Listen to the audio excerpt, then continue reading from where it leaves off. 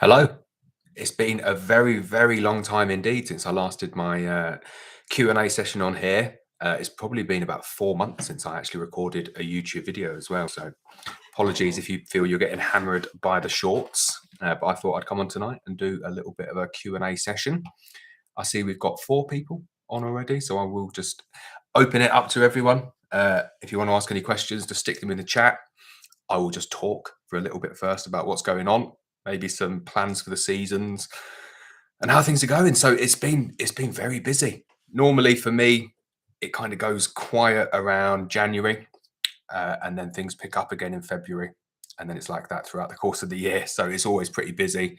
January is definitely the quietest month of the year, though. And things last year were pretty crazy in the bee world. It didn't stop, and then we went straight into honey gift sets, and they sold very well. And now we're just preparing and getting ready for next season because before we know it, it's going to be straight back into it.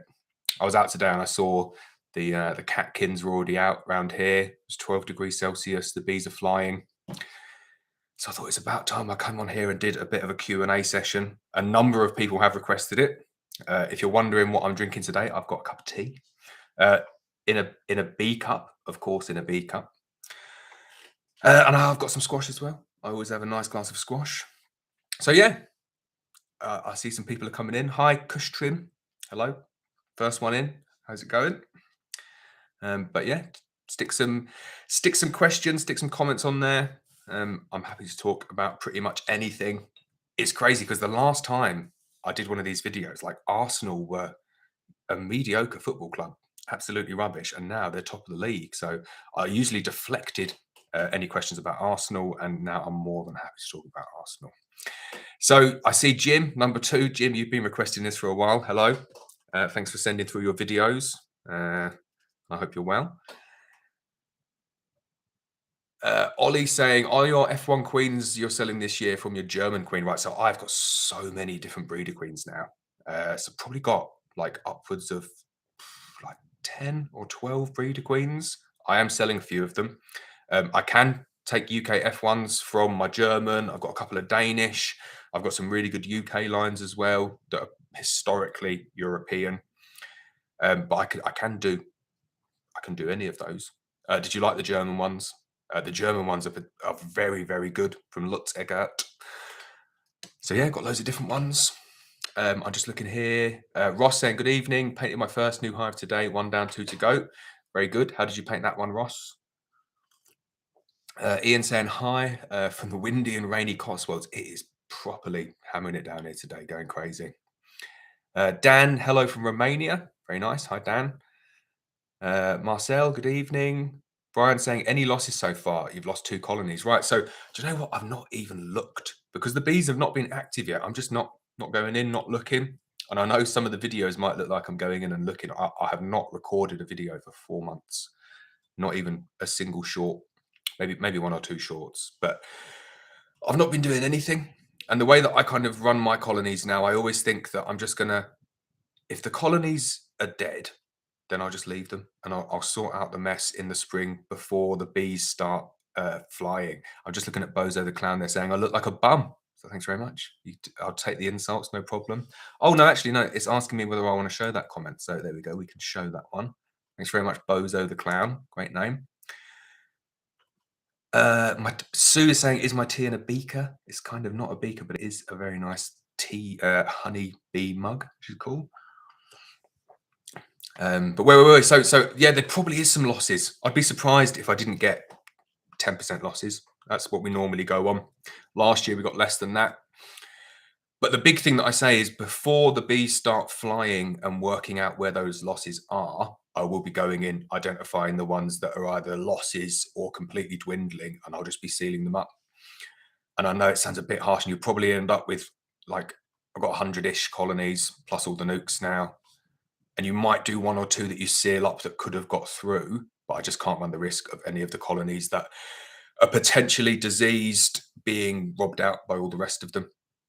And on the topic of disease, like we got the all clear, but I'm just not running the risk anymore of dead outs going into spring because the first thing that will happen to those dead outs is there's no bees in there. You've just got a box full of honey. The bees, when there's not much out in April, will go and find those dead outs. They'll strip them down.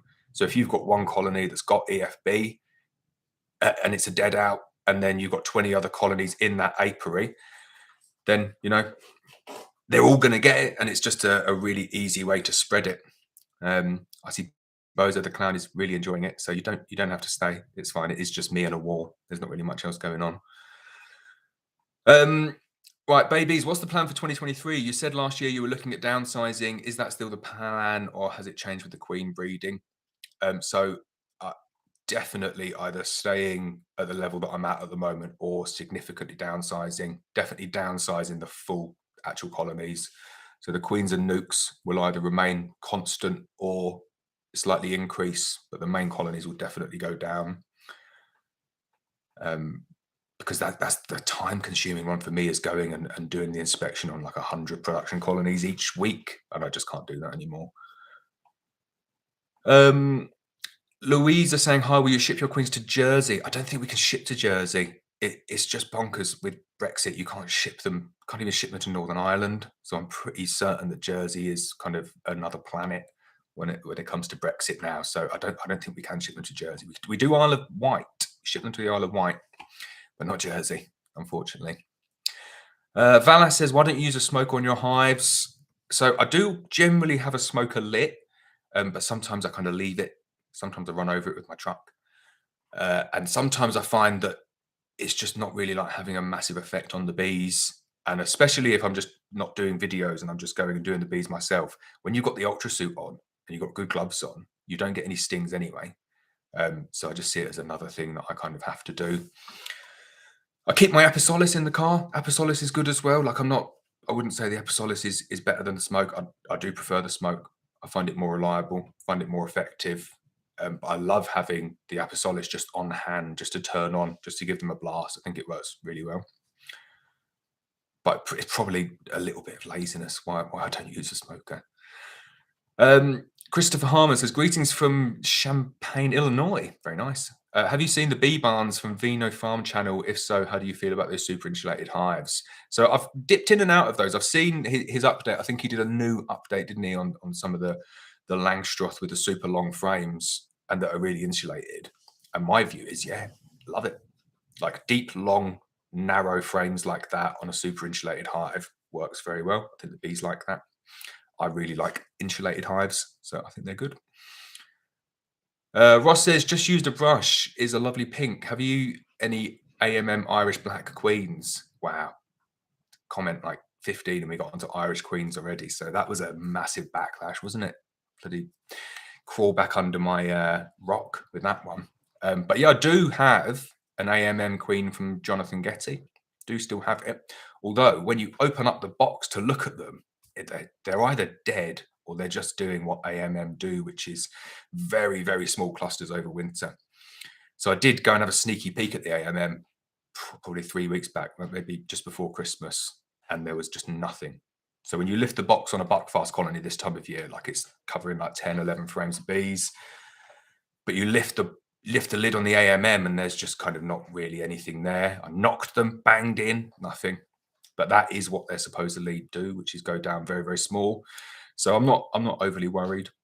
But it's amazing when you see them. If I do get them through, it'd be a really interesting comparison to see how they both run throughout the year, because the characteristics couldn't be more different between my buckfast and the AMM. So I'm quite excited. One thing that was a bit disappointing with them though is they do have quite a lot of chalk brood. Like immediately, the first few rounds of brood on perfectly clean and relatively new combs, and they got chalk brood already. So they're susceptible to it, which I know AMM can struggle with a bit. So that's a bit of a shame. Rab saying hi from a wet Wirral. Yeah, I'm feeling you there. It is properly coming down today. Pure Yorkshire Honey says the colony that has your F1 is very strong, flying today. If everybody here has not subscribed to Pure Yorkshire Honey yet, I suggest you do that. Just Google Pure Yorkshire Honey. I love watching new YouTube channels, and his channel is very good. So I suggest you subscribe. Marcel saying, can you tell us a little bit about drone and congregation areas and importance in queen rearing? So I'm not the expert in this, but in terms of the UK, not many people are using the same bee. So if you're going to try and do any sort of queen rearing, you're going to have an influence of the mongrel bee that lives in the UK. And that can influence whether you've got nice bees or horrible bees, or using buckfast, or you're trying to kind of get them as pure as you possibly can. So you're never going to be able to manage that anywhere really in the UK, barring a couple of exceptional locations, without having that influence. But what I would say is it worth for you, for the small number of queens that you might rear, or for anyone for that matter, to actually try and like congregate drones in an area? My view is yes, it is. It's always worth doing, because the drones that you're going to get from an F1 colony are going to be pure drones. So as you go down through the F2s, the F3s, that's going to water it down a little bit. But as many F1s that you keep in that colony, in that apiary, and you're putting the drone foundation in there and flooding that area with drones, is going to be good for what you're doing in terms of your queen rearing. Not to say it's going to be what everybody wants. And I experienced that firsthand. What I think what I'm doing is good for me is not necessarily good for the person next door. And I do appreciate that. And I've probably come to the point where I'm picking the areas that I do that, as opposed to just doing it randomly on all of my apiaries. Right. Oh, loving the comments from Bozo the Clown. I'm just going through, and I'm just going to click show on all of them, because it says bee farming is gay, and classic insult. I'm loving it. Feel free to just keep on spamming the board. Loving it. Right.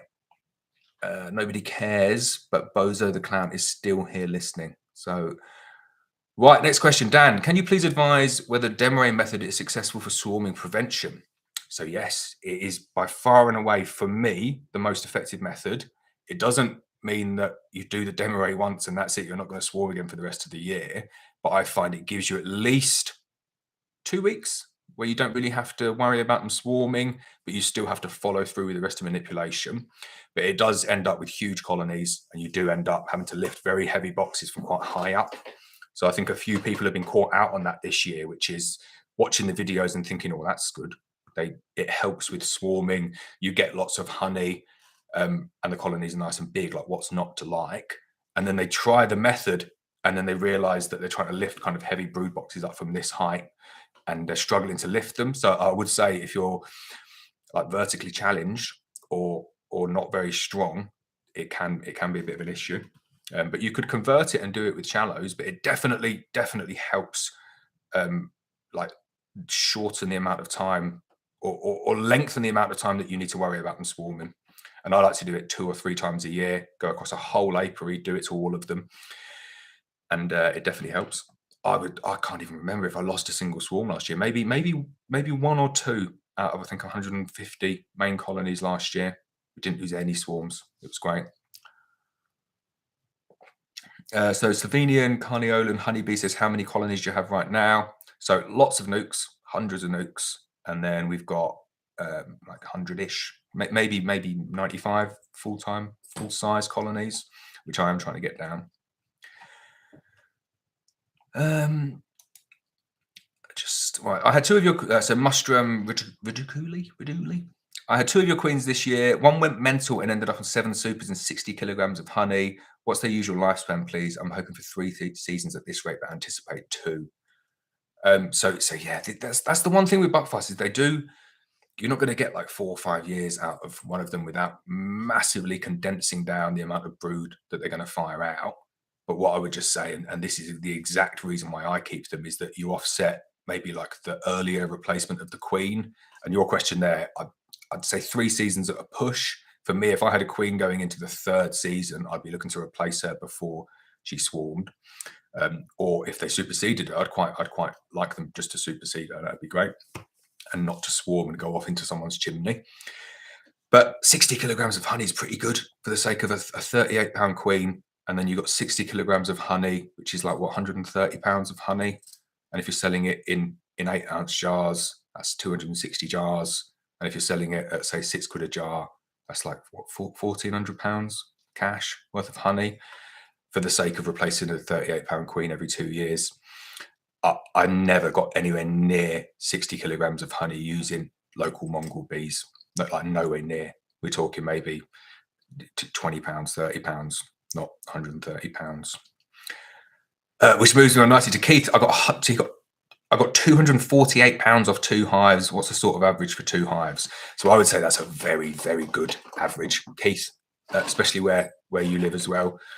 Like for me around here, I would say like if you're taking into account like all of the dead outs as well, I do think you need to take into account the dead outs when you're doing your averages.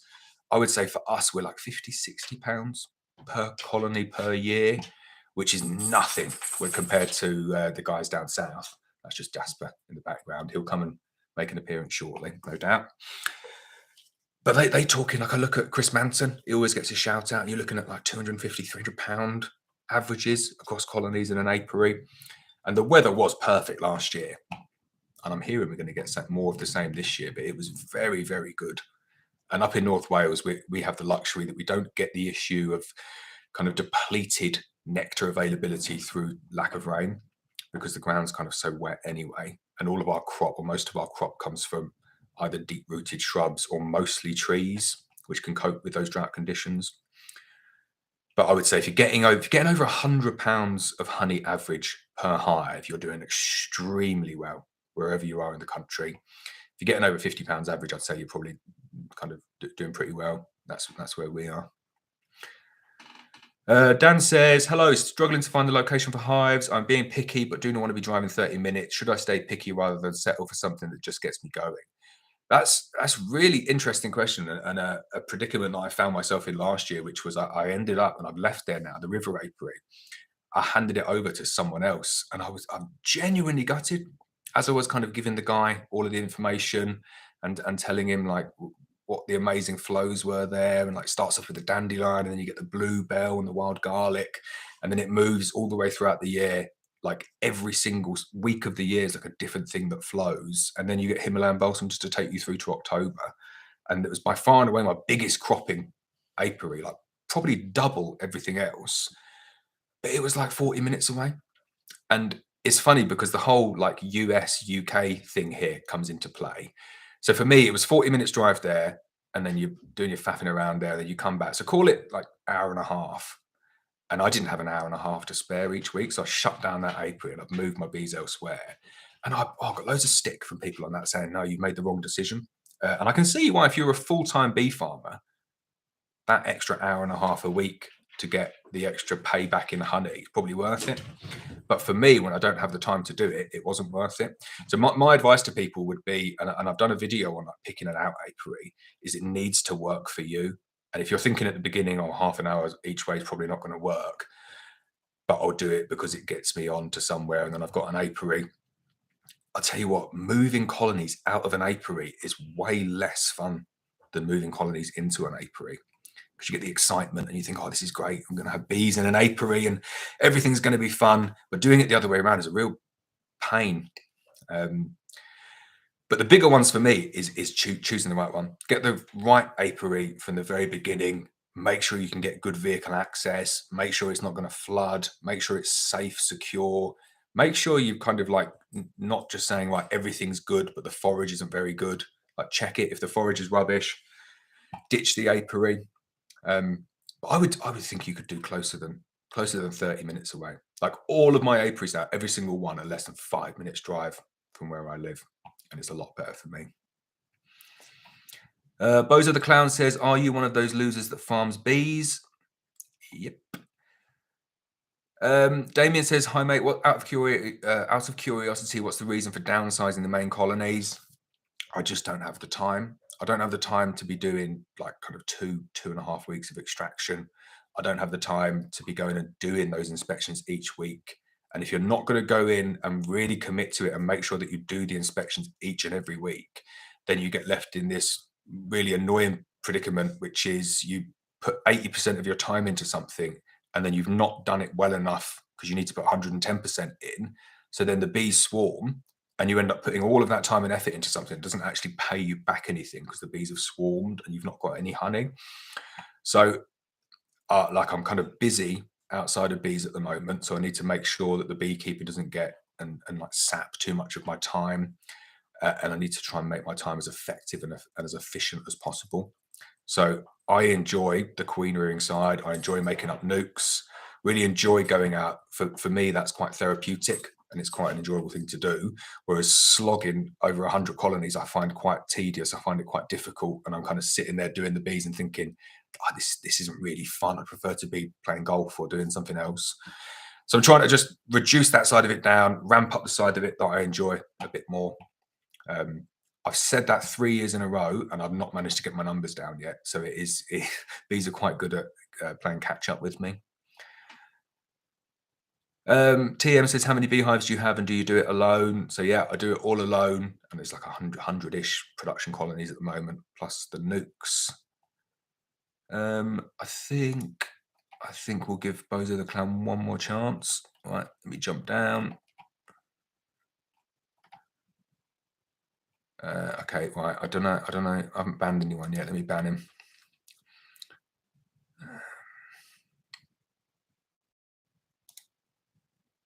Oh, I could do with John, the moderator, to work out how to do this, but he's not here, is he? Right. Hide user. Right, I think he's gone.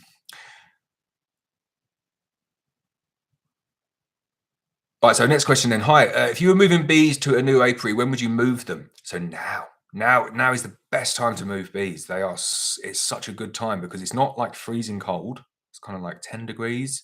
The bees are pretty quiet, pretty chilled. They're still clustered up, but they're not like a super tight cluster. Because you can get that if you do it when it's like -5 and you move the bees and you put them down, the cluster can fall and it might not get back up again. Whereas if you're doing it now, you've got plenty of time to do it while it's dark. You can go up there kind of 5:30, 6 o'clock in the evening, put all of the foams in and just pick them up and move them. And what you can do at this time of the year as well, which is really good, especially when it's chilly, is you can just move them like 50 meters. If you want to go and move some within the apiary and redesign and set up your apiary, you can do that at this point of the year without having to worry too much about the 3 meter or 3 mile rule. Sorry, 3 foot or 3 mile rule. Now, just make sure you're doing that in single figures. You don't be doing that when it gets to like 12, 13 degrees, because they will start to drift a little bit and wonder what's going on. But yeah, I would move them now. Be a great time. Jim saying, what do I look forward to most this year? Definitely. Oh, this sounds really bad. Like September, kind of like getting everything done, wrapped up. I love that feeling. And that sounds really bad. It should be queen rearing or something like fun, shouldn't it? But I do quite enjoy the end of the year, like getting everything done, getting all the honey extraction done, getting the mite treatments on, and feeling like, right, you can relax a little bit again, because it does get quite stressful throughout the year. In terms of like a nicer answer to that, Jim, I think just being in an apiary, when it's sunny and you've got the sun on your face and you've got like a little bit of time to see your bees and you can see them just going on the plants and getting the pollen in. I'm quite looking forward to that. Another thing I'm looking forward to is did quite a lot of work the back end of last year in terms of killing nasty queens. So you'll see this on the videos that I'm still putting out now, like some real thugs, horrible, aggressive bees. I killed loads of queens at the end of last year and replaced them all with really good genetics. So we should see better behaved bees. So I'm quite excited to see once the colonies get up to a good size. And I remember doing this last year and getting to April and having a box full of bees and thinking, they're pussycats, nice calm bees. And then they get up over like 4 boxes and you're like, yeah, they're still thugs. So I'm going to be a bit more aggressive, I think, in terms of killing queens and making sure that I'm getting rid of the duds and the aggressive ones before they become a bit of a problem, and seeing how calm we can get them. Pure Yorkshire Honey says, you can't watch your own video. It is a bit difficult. Go back and watch some of my early videos. They're really bad. They're probably still a bit bad now, but you have to put up with listening to yourself. Right, so Tev says, do you feed pollen sub? If so, when are you starting this year? So no, I did feed pollen sub for a couple of years, but I think where we are, it's too much of a gamble to not really give you a huge amount of benefit. So if we were like building up for maybe all seed rate, I see people doing it now. Chris Manton again. I follow Chris on Twitter, as I suggest everyone here does. I think it's Elm Tree Bees, I think is his handle on Twitter. But he's a bee farmer in, I forget where he lives, somewhere like in the middle, Goldilocks zone. But he gives real detailed information the whole time about what he's doing. And I saw the other day he's starting to do like a little bit of stimulative feeding, one-to-one syrup, just when the temperature allows, just to get the brood up to target that early oilseed rape. So I would say you're talking about kind of, depending on where you are in the UK, maybe just about getting to the point of starting it now, maybe a bit too early. When we did it in North Wales, it was like first 2 weeks of Feb was when we did it, trying to target the first couple of weeks of April for it to have like an effect. But I found it was a little bit disruptive to the bees. They didn't always take it down. It was a bit messy. It was a bit of a pain getting rid of it, and we didn't see huge amount of benefits. And you look at the cost of a sack of Ultra Bee now, it's like 120 quid. I think I'd spend my money on something else. JND's B says howdy, hello, Wyoming. I love all the American people on. I'm guessing you didn't get your tickets to Hive Life conference. I'd love to be there as well. It would have been fun. DSDSM, will you be buying in Prominsky queens again? So I think it's like the Primorsky ones. Yeah, we'll have those available. I've got a couple of those overwintering, so I'm quite interested to see how they're going to go. But I've heard very good things. Same with the Italian ones. I'm amazed at those Italians. And I'm interested to see how many of those get through winter. Daniel O says, evening. Good evening, Daniel. Chris says, good to see you again. Yeah, it's been a very, very long time since I did this. So it's got to be at least like 6 months since I did a live stream. I will try and do more of them. I think last year I did a few, and they maybe went on for a little bit too long, and then people got a bit bored. So I will keep them a bit punchier, I think, this year. Damien says, fingers crossed for a nice summer. You need some growth and honey this year. Or you need some growth and honey this year. Okay, yeah, good luck. Mark says, is there anything we could plant to boost honey production in North Wales? So unless you've got huge amounts of land, which I know you do have quite a lot of land, I wouldn't bother, especially where you are, because if you're near the heather, like Mark is, like just focus on the heather. Focus on getting your bees up at that point, because where you are, you're so high up, you're like at 1,000 feet. Even if you were to go and plant something like really nice, like borage, and that is always the one that I'd plant. If I had like 100 acres, I just plant like 50 acres of borage, because the bees love it, and I love borage honey. It's like my favorite honey, and the bees do really well on it. But if you planted that at 100 feet, then the bees probably wouldn't work it anyway, because it's going to be too cold. So I would just focus on what's good in your area, which for you is heather. So get your bees ready for the heather. And we did that very successfully last year by doing like multiple demorays and then combining colonies for the heather. You get like bumper crops. You do need the weather to play ball as well. Pure Yorkshire Honey football comment. Do you think Ramsdale should be England's #1 keeper? We had him on season loan when he was at Sheffield United. So I would love to talk about Arsenal, but I think most people on this stream won't. But I do think Ramsdale should be #1. He's great. Rich says, got lucky this year and have a farm for heather. What is the normal time periods I'll be looking at? So it's gone back a while now. So August the 12th is like glorious 12th. It's when people go and start shooting for grouse. And it was traditionally the day where people took their hives up to the heather. And I think the myth's been well and truly debunked now, in that it is way, way too late. See people going up on the 12th and you've missed it. It's not even a case of, oh, you're a bit late. It's like, no, you've missed it. So we go up. We're lucky now because we've got a static apiary up there. But when we didn't have a static apiary there, we'd go up like back end of July, but probably like middle of July. And then if you're not taking any honey up there, I'd put them up there middle of July, give them like a round of syrup, and then kind of like get them to build up that brood as best as you possibly can with the target. You tend to get like a really strong week at the beginning of August or the last week of July, where they'll put on, if you get the weather right, an insane amount of honey. And then we find that you just get like a steady state after that. You don't really get a massive peak. But if you miss that peak at the beginning, there's probably not any point going up there. So just get up there as early as you possibly can. I would say middle of July, about right. Andrea says, would you recommend a long hive? I'm going into my third season and I've struggled lifting supers last year. I started with one hive and ended up with 8 colonies as they swarmed a lot. So yeah, that happens, isn't it? They do tend to multiply quite quickly. I don't think they don't multiply as quickly in a long hive, and it would soon become very expensive if you're going from one long hive to 8 long hives.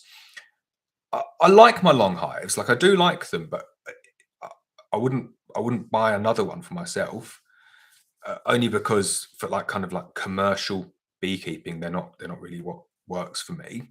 However, like you said there, if you're struggling to lift supers, they're perfect. Like there's certain scenarios for me that the long hives you can't really get much better. And one is, yeah, you're struggling to lift. Another is you're maybe disabled and you can't stand up, and you can get one that's a little bit lower down. Another is you want like a nice looking beehive to go in your garden.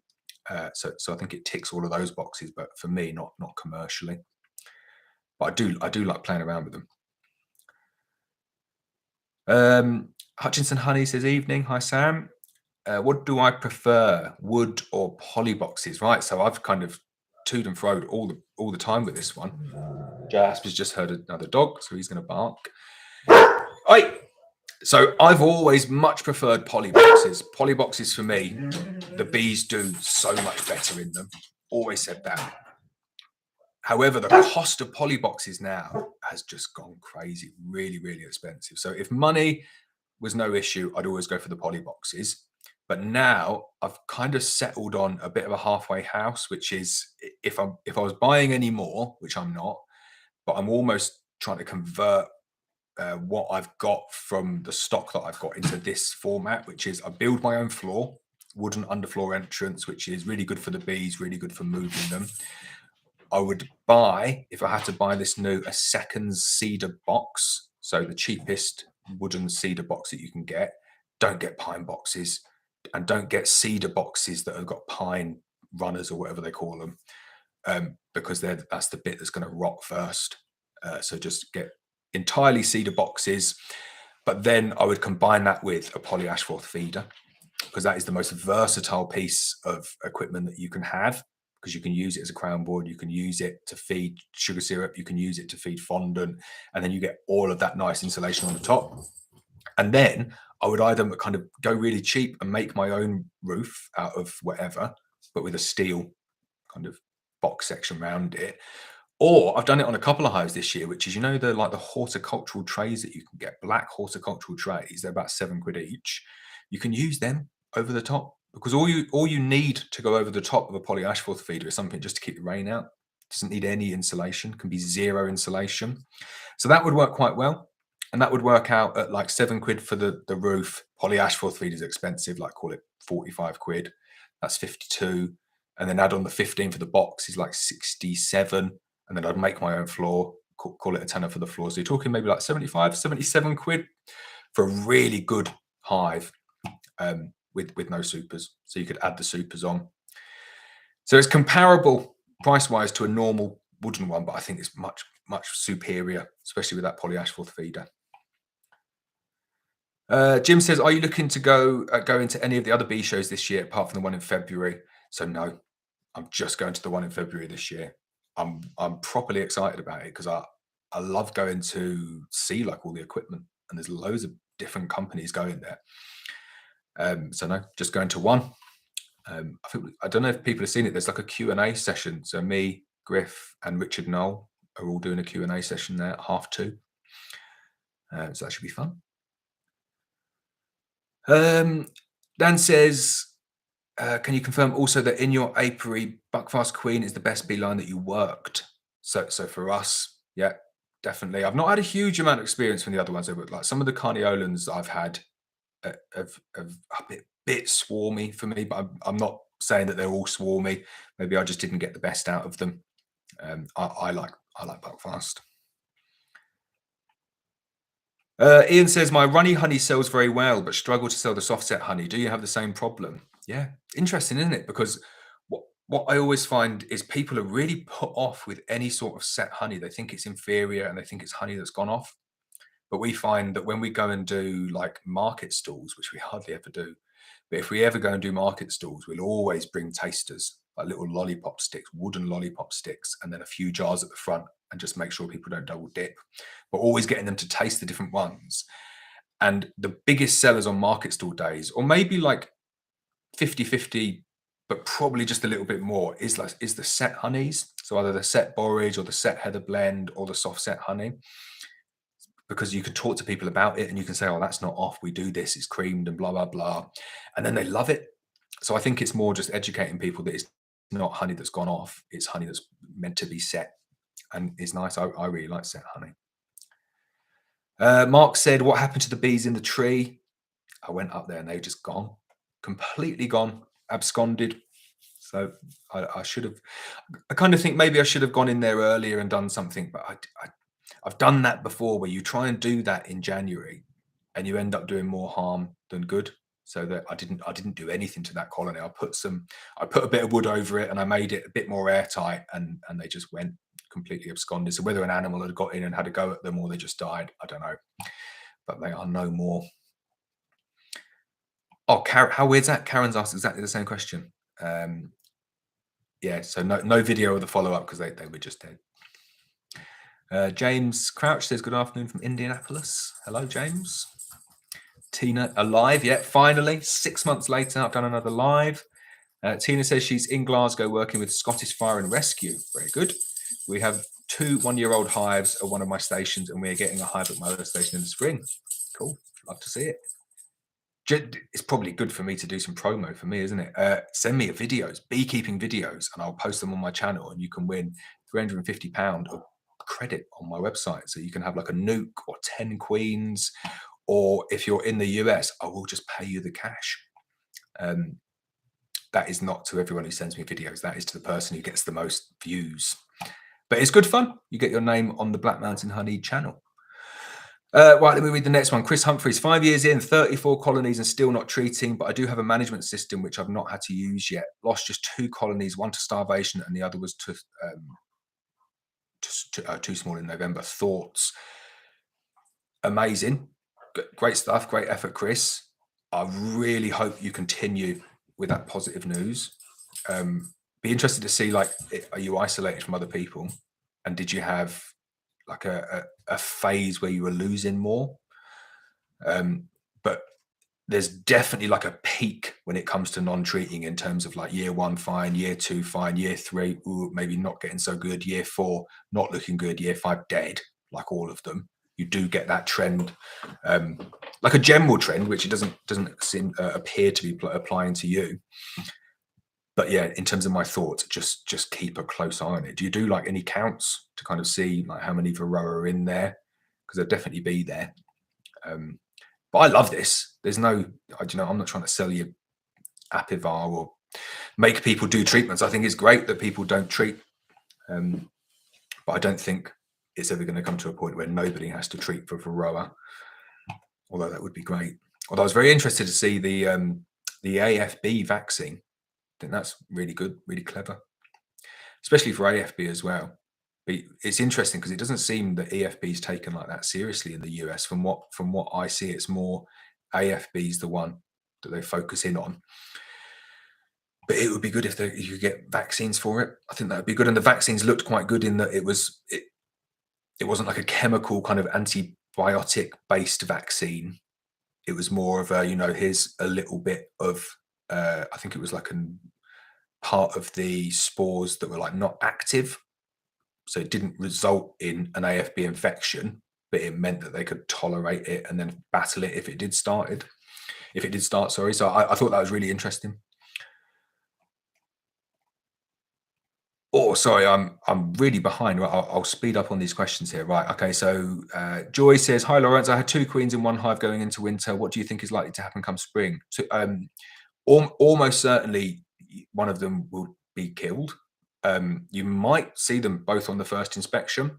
I definitely wouldn't do anything in that scenario there. Just leave them. Don't go and kind of think, oh, one of them looks better than the other one, I'm going to kill one of them. They will ultimately either kick one of them out or kill the other one. And I've never, ever seen 2 queens go through the winter and then they swarm in the spring. So I would just leave them to it. Is clearly a supersedure, and one of the queens will just leave. Ash says, Happy New Year, Laurence. Do you stimulatively feed for nuke production? If so, when do you start feeding? So we don't stimulatively feed to boost up our production colonies to make splits. But as soon as we do make splits, we stimulatively feed. We consistently and constantly feed our nukes to keep them going, because we make very small splits and then we build them up. So we do it that way around. Arctic Beekeeping says, we also use polyboxes here in Norway. It's a must up here in the Arctic. Yeah, I can imagine. I'm sure they do very well up there. James Crouch says, don't get the Chinese cedar. Ask me how, I know. Yeah, I can imagine that one as well. It's kind of like cedar spelt with an E as well. I always get scared with stuff coming out of China. Like it says it's stainless steel, or it says it's cedar. And you just think, how do you know? There's a lot of fake rubbish that comes out of China.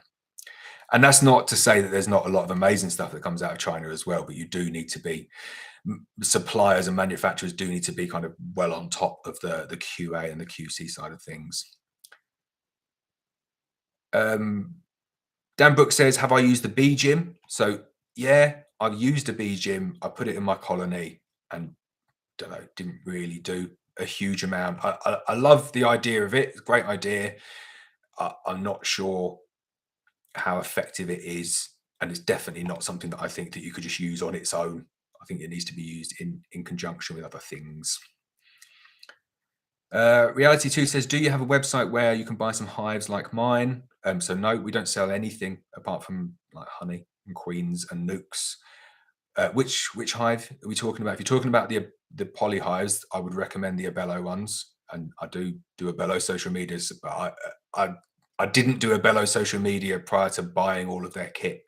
But for me, they are so good, and you will see I'm definitely going to do some videos on this next year to show you just why you should definitely not buy Swienti poly hives. And I'm just a bit gutted by that, because Swienti are a really, really good beekeeping company, and like, I think a lot of their polyhives are really, really good, not the national format. And their honey extraction equipment is superb. Like, it is some of the best in the world, but their national polyhive is absolutely shocking. And I'll show you some of my hives next year, just to show you how bad the bees have chewed their way through the top. They're just a joke of a hive. So definitely don't think I'm going to save a little bit of money and use like a Swienti polyhive. They are rubbish. The Pains and the Maismore ones are fine. Really, really good hives there. They've not got the same design issues that the Swienti ones have, but they have that weird external footprint, which isn't an issue for me. I have no issue with that. But they've got pretty expensive.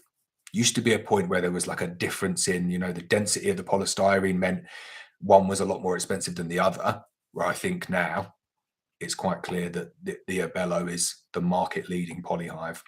And if I could scrap all of my equipment and just have the Abello ones, I definitely would. And I've got some boxes where I bought them at the same time, bought Swienti and I bought Abello poly boxes. And the Abello poly boxes literally look brand new. If you wash them down and got like the mud off them, brand new. Whereas the Swienti, they're barely like in one piece because of the amount of chewed stuff out of them. Ash says, I've seen that bee equipment have started selling cedar with pine locking bars. It doesn't make sense to me either. No, I'm really confused. It's obviously a cost decision, but it's the locking bars that have like the really small piece of wood where it locks in. And if they're pine, and they're just gonna rot, and then they're gonna make very expensive kindling. James says the bee's propolis is stronger than the bonds between the wood fiber. Okay, I'm missing something there. James says set honey doesn't want off your biscuit. Yeah, that is the exact reason why I like it. Same with toast. T Timperley says winter treatment, vape or trickle. Definitely for me, vaping. I do have a new toy. I'll do that on a video soon. I've not got around to doing it yet. And it's probably a bit late, so I'm going to be stuck in multiple treatment mode. But I have bought myself an instant vat to go along with my Sublimox. But I just think for me, vaping is so much easier on the bees, really is. And it's kind of easier on me as well in terms of like the setup for it. But I certainly wouldn't like kind of oxalic acid to be sprinkled all over me in the winter. I think they deal with the vaping a lot better, and I think the vaping's more effective as well. But that is anecdotal. Jim saying, so have you got any more extraction room plans, or are you happy with your setup still? So it's weird, isn't it? Like I've got such a compulsive personality in terms of, right, I need to get this, I need to get that. I'm gonna have 6 of those. And I just had a really small honey extraction room, and it became so congested, like absolutely just, just built up to the rafters, and it was unusable. So I sold loads of stuff. So I sold my 100-litre creamer. I sold my pump. I didn't sell my pump. I sold my 100-litre creamer. I sold my sump. I sold my 100-litre tank. I sold my cappings spinner. So I sold all 4 of those, and I replaced my 100-litre creamer with a 200-litre creamer, and I bought another 200-litre tank. And the difference it's made in that honey room is amazing. Really has made things so much easier because I'm not struggling for space in there. And it goes to show you, I didn't need any of those things. Like the sump was a nice to have, but really didn't speed things up, and meant there was more to clean. The capping spinner was good for spinning cappings. It was really good for spinning cappings. It wasn't very good for spinning heather honey though, which it wasn't designed for. And then the tank, the reason I got all my tanks exactly the same size, because I've got 2 bottling machines. I found that I had my 200-litre tank set up to one bottling machine, and then my 100-litre tank set up to another one. And then there was 2, me and my nephew doing it. And then his one would finish like halfway through my one. So he'd just be like twiddling his thumbs.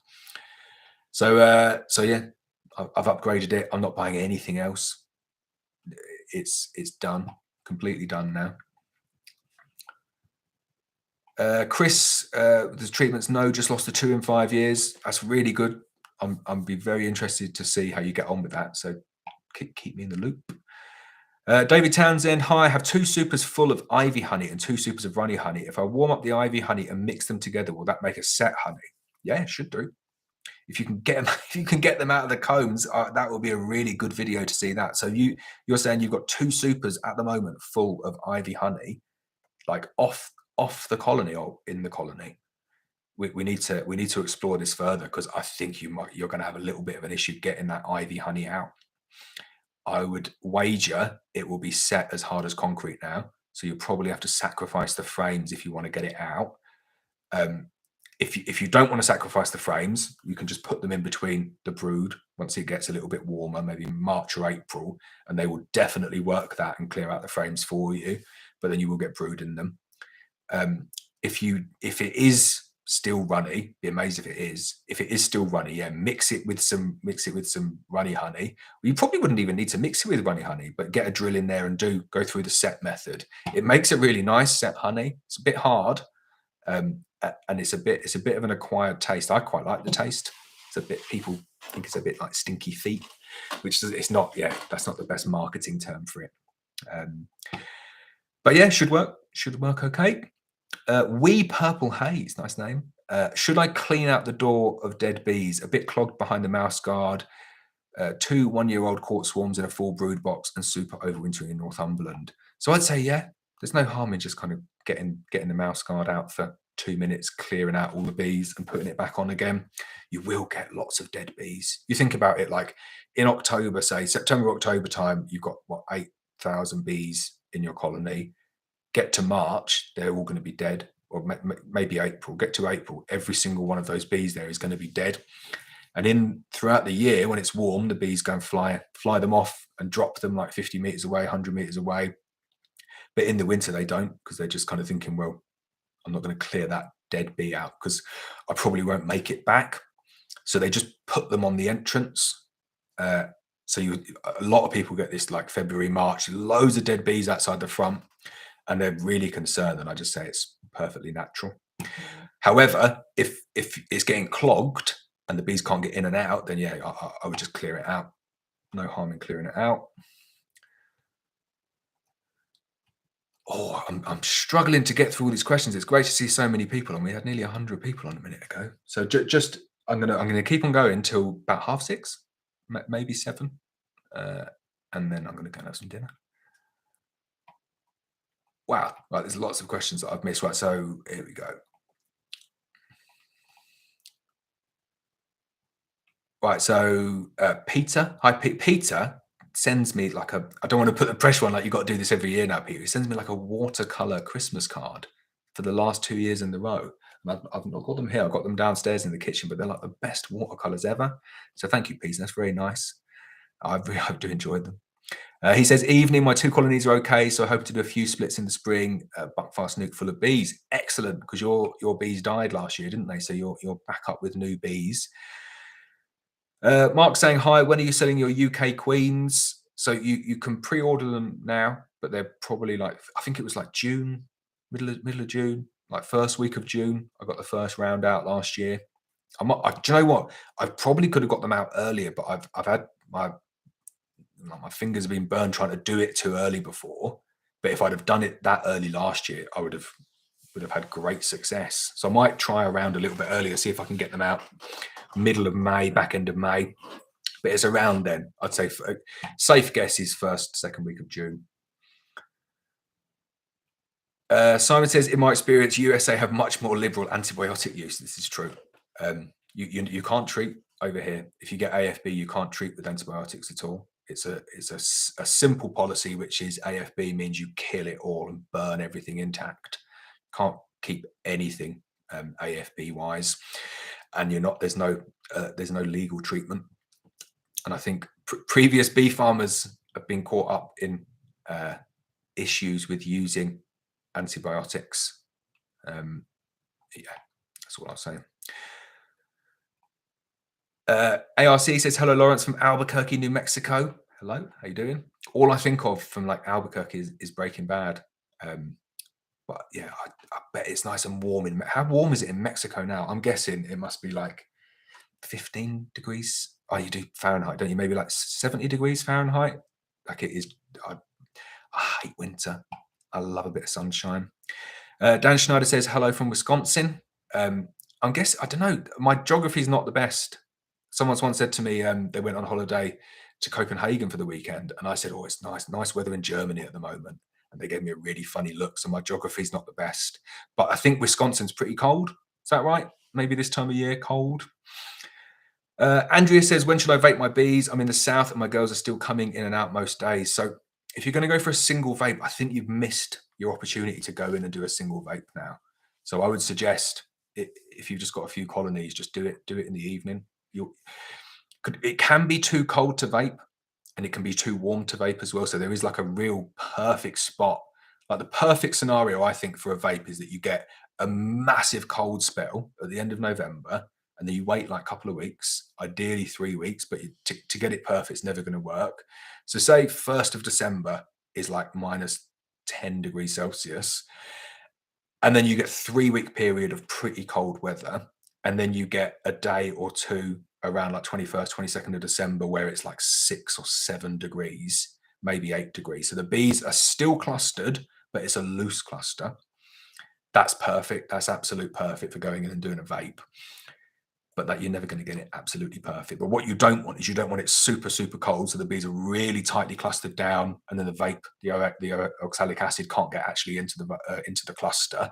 And you don't want them so active that they're just flying in, flying out. But now's fine. I would go in and do it now. I would do it at night time though, and just get some lights and do it when all the bees are in the hive, close them up and just give them the vaping.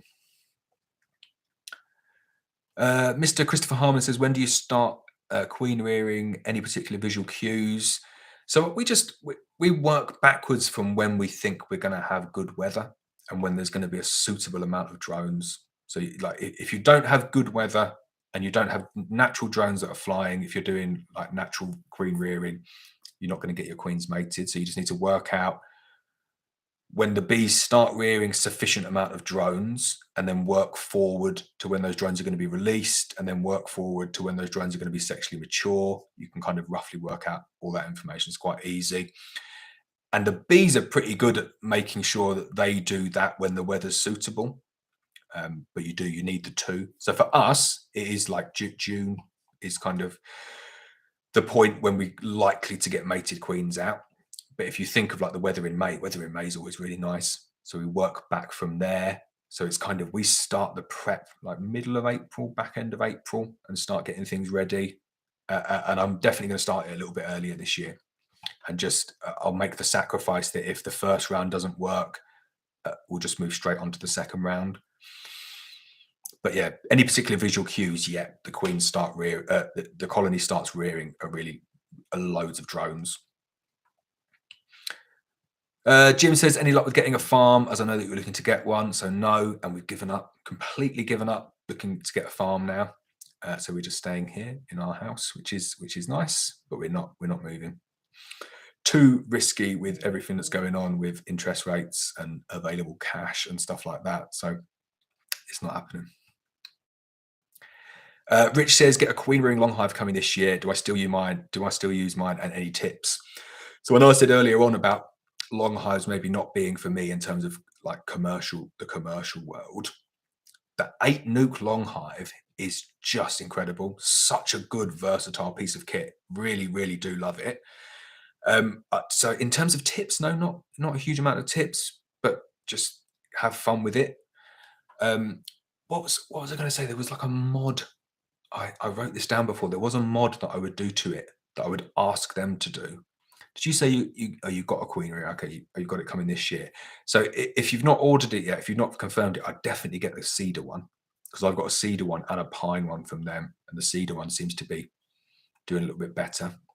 But no, like I had great success in terms of the amount of queens that I got raised in there, and then I've got 8 nucs in my 8 queen long hive at the moment, and they all seem to be doing pretty good.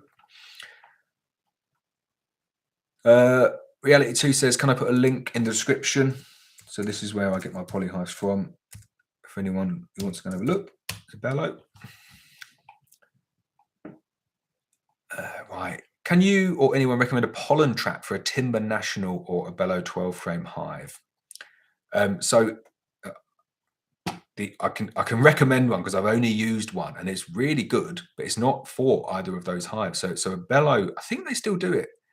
But it's weird. It's for some Polish hive that's like a slightly different size to a Timber National, but a Timber National sits well on it, and it was great. So have a look on the Abello website. That's the only one that I've used. It was good.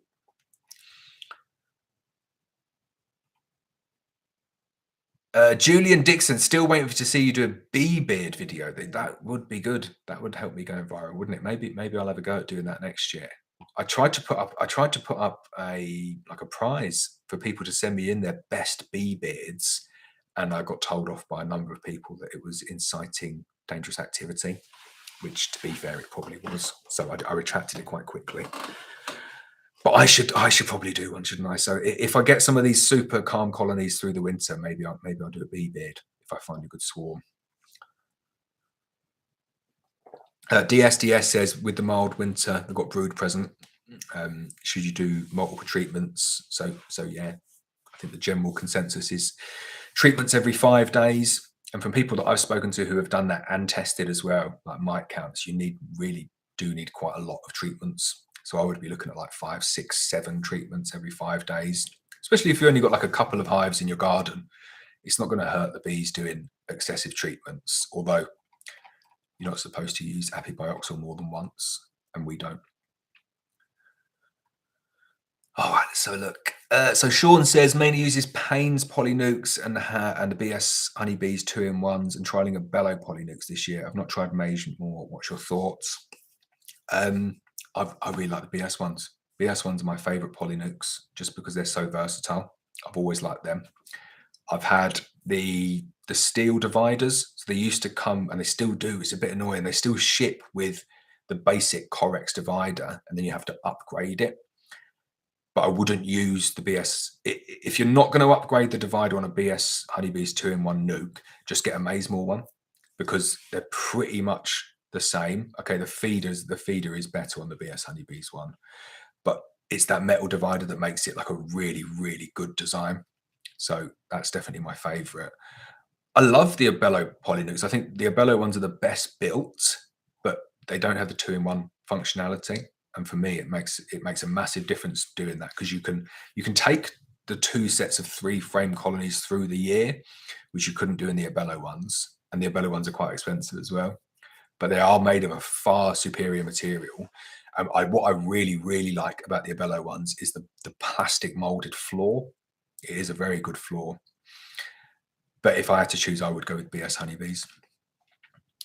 Arctic beekeeping, do you earn enough from the beekeeping to go full-time beekeeper? Yep, I could do it full-time if I wanted to. But I don't like kind of just putting all my eggs in one basket like that. And also, like, it's supposed to be a hobby. People say, really? But yeah, it's supposed to be like my fun hobby. So I think if I went full time and did it like 100% of the time, I'd soon get a bit like I'd lose quite a fun hobby. So I want to keep that hobby and not make it my full time job. David Townsend said, off the colony, it's been kept in the house and lately it's started to go soft and the room smells amazing. Oh, okay, so this is the ivy honey. I think if you warm the frames up a bit, you could spin it out. Right, amazing. Spin it out, get it out as soon as possible. I'm really interested to see how you go with your ivy honey. Any ivy frame that I've taken out the following year has been like rock solid, but I do like the honey. Jem says, seen the bees on cleansing flights last week at 9 degrees C. Noticed blue tits after them could be a problem. No, not in the blue tits will take bees. I see the birds going for the bees. There's a joke in there somewhere, but no, they're never gonna dent them that much. Just leave it. ARC mid-50s here in Albuquerque. Okay, I'm guessing that's like single figures Celsius. Okay, so pretty chilly still. Excuse the pun. Simon says, all I can think of regarding Albuquerque is the prefab Sprout song, King of Rock and Roll. Oh, Glumby Glumson says, hi from Germany, Bayern. Hello. My dad was from Germany. It was from Detmold. I think that's not that far from around there. Bamper Mike, Port Talbot here, not too far. Hello, Bamper Mike. Jim's in sunny Morecambe. Right, Carl says, hello from Neath. Can I place hives in a small line of trees, approximately 4 meters deep within the trees? Yeah, so I've had tons of colonies and tons of apiaries within the trees. And I will say there is no problem whatsoever. Putting colonies, apiaries in trees, fine. There's such who comes up with these beekeeping myths? There's some crazy beekeeping myths, which is that the bees don't like being under trees because when it rains, the water pitter patters on the roof and it annoys them. That is genuine beekeeping myth. Absolute load of rubbish. They don't care. However, bees much prefer being in full sun. And when I say bees much prefer being in full sun, that's probably not right.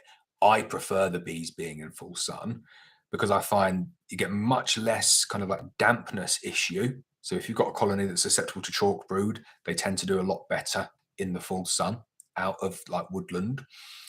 But the biggest one is that if you get a colony in full sun, they work so much harder.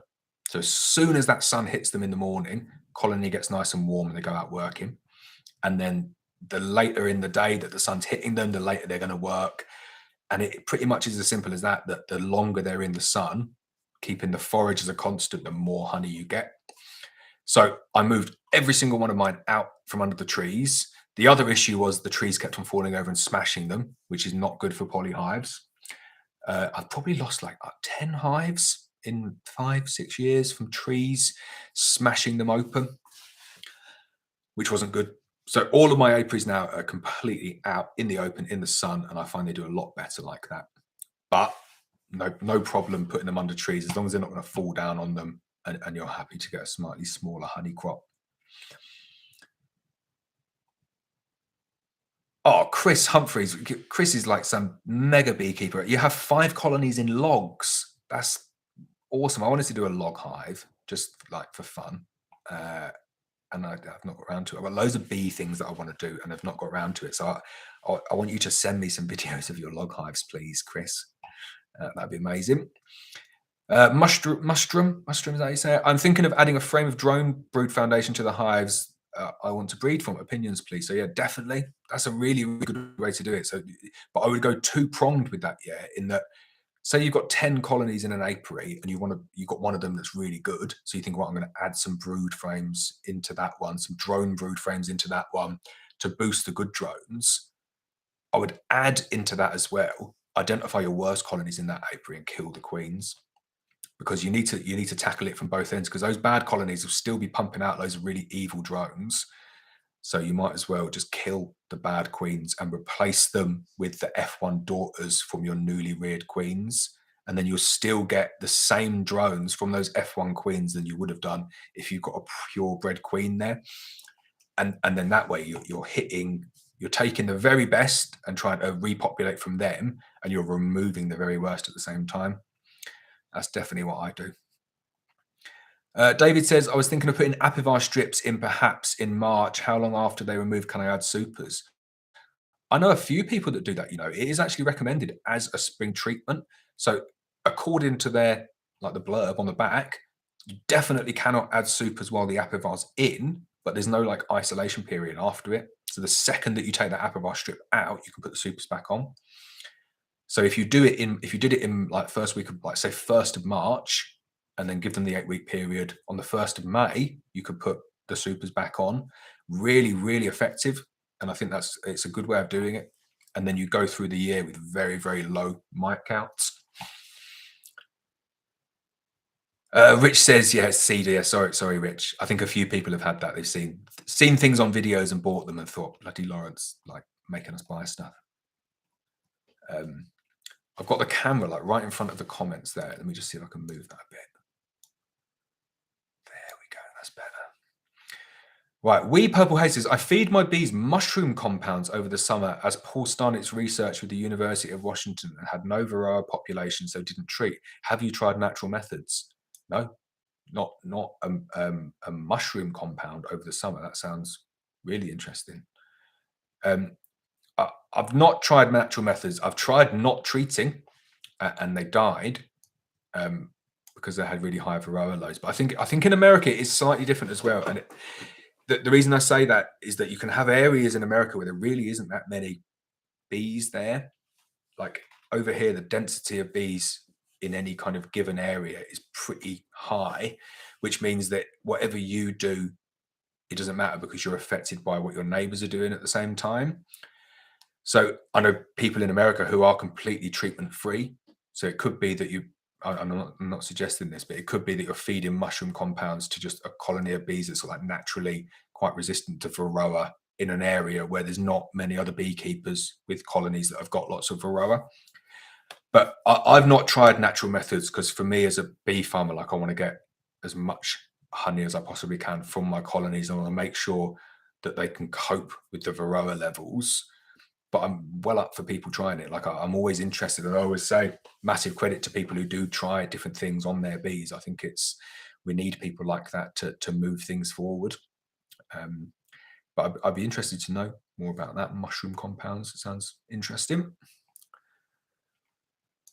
Arctic beekeeping. I got this really cool, like, I know it's not going to be like that, but Arctic beekeeping is like just like an igloo in the middle of like nowhere with a few beehives up. I'm guessing it's not like that. He says, can you leave heather honey in the hive during the winter? Here in the Arctic, we have to take it out before winter. If not, there's poop everywhere and a dead colony. So no, so I think that's another beekeeping, not to say that's a beekeeping myth that you're wrong, but definitely what I've heard is that heather honey will give bees dysentery over winter. So we've got a static apiary up in heather moorland, and we never feed them because they've got so much heather honey. And for people who've taken bees to the heather, you'll know, where do they put the heather honey first? They fill the brood box first, and it's not until they've filled the brood box that they'll put it up into the supers.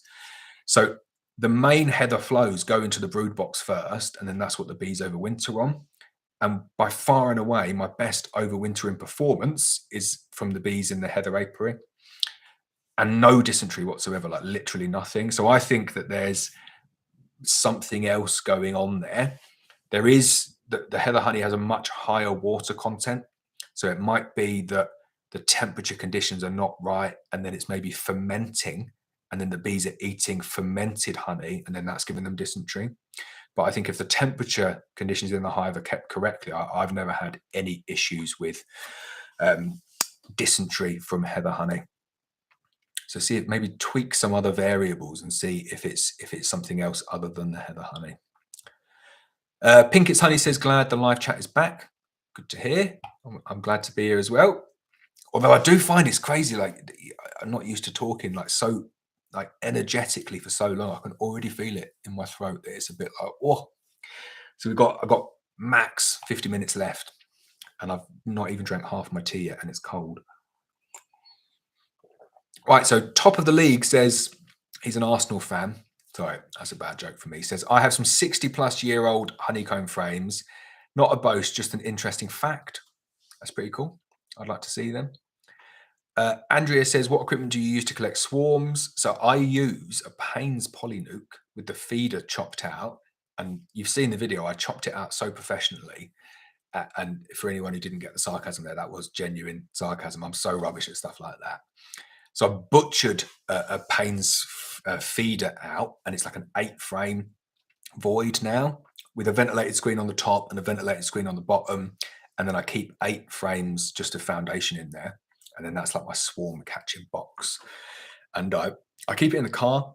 That's the big one. So I keep it in the car and keep all the little kit in there. But that is all I do. I put a bee suit on, put some gloves on, just bang them into a box, and then they seem to like it. And then because you've got the mesh over the top, I put like a bit of Corex or something and lay that over the top and the bottom if the bees are trying to march into it, because they don't like it trying to march into it with the mesh. But I always keep the mesh on because you can bake a swarm pretty quickly. But that's my equipment to collect swarms. I don't collect swarms anymore, but like I get so many swarm calls, and if I'm there and I've got it in the car and I see like a massive swarm, I just can't resist it. But I'm very, very careful about where they go now. I've got a friend who I give them to, in fact, and then I go home and I bleach my beekeeping suit. Richard K says, do you equalize colonies? And if so, at what point, e.g. when at 8 frames of brood for the donor hive? So previous videos, like I did this all the time.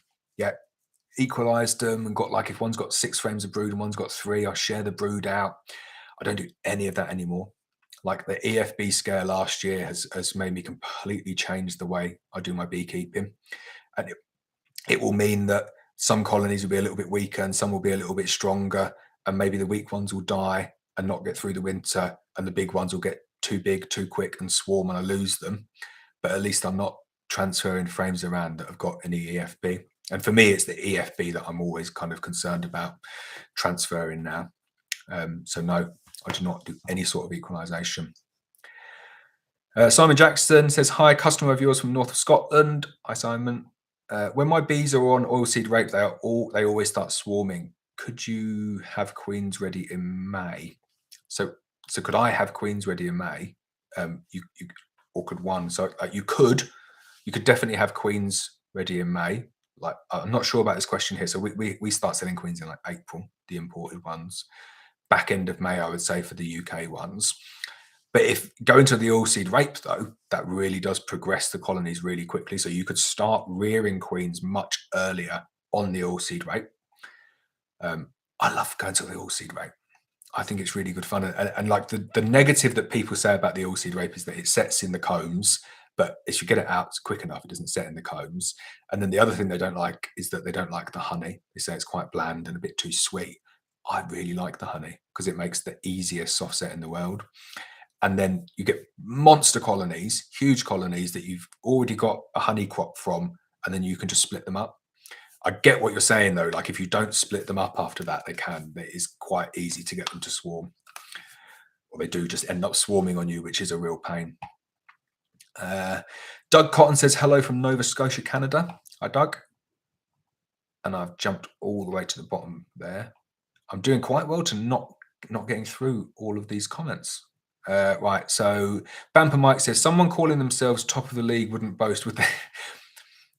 Anybody who's watched this before knows I'm like the most pessimistic Arsenal fan in the world. So like if we finish 5th, I wouldn't be surprised. And I would expect us to finish like 8th because we're useless. Darren Smith says, hi, Laurence. I spent a couple of years, 87, 89 in Detmold. Might have bumped into your dad. Great viz, mate. Keep them up. All the best in New Zealand. Cheers, Darren. That's crazy. You're in Detmold. Yeah, no, he moved out of there when he was very young. But yeah. Jem says, I love the idea of a Swiss bee houses. I have an old pigeon shed. I'd love to try to build one. What would you consider the idea? I've never heard of them. See if you can send a link or something. That'd be interesting. Right. This is why I'm not getting to the bottom. Lots of comments. Right, David Townsend. I have a couple of hives at a recycling centre. There is a lot of organic dust in the air. Both of the hives have a very low mite count. Natural mite drop over 7 days. One hive with 7 mites, the other 13. Cool. I love how you've pinned that on the organic dust. I'd love to see studies about things like that, because it could be something simple like that, couldn't it? It's organic dust in the air. I don't know. But the bees definitely find a way to kind of survive. What I always think with that is that it's the survive versus thrive argument. Are they just good at surviving and getting through, or are they actually really thriving? And I guess for wild colonies of bees, it doesn't really make a massive difference. As long as they're surviving, that's kind of good enough.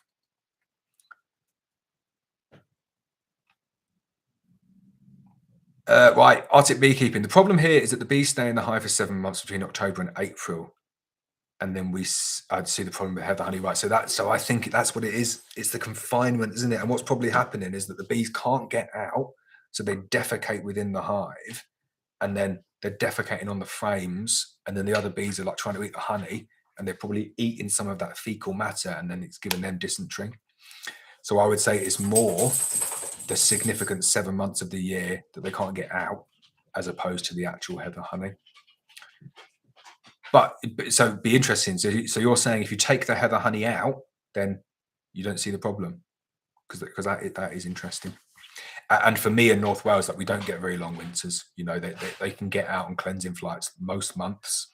It's rare to have a month go by where they can't get out on a cleansing flight. Ian Anderson says, for drone production, add a super frame to the brood box. I do this and sometimes cut the bottom of the wax drone cells. It gives the varroa control. The chickens love them. Yeah, I've seen people do that. Natural. Good tip. Oh, I'm getting to the bottom of these now, right? Right, David Little. Hello from North Carolina, USA. Hello. Vampamite says 106 watching, 16 likes. It helps with the algo. Yeah, I need all the help I can get.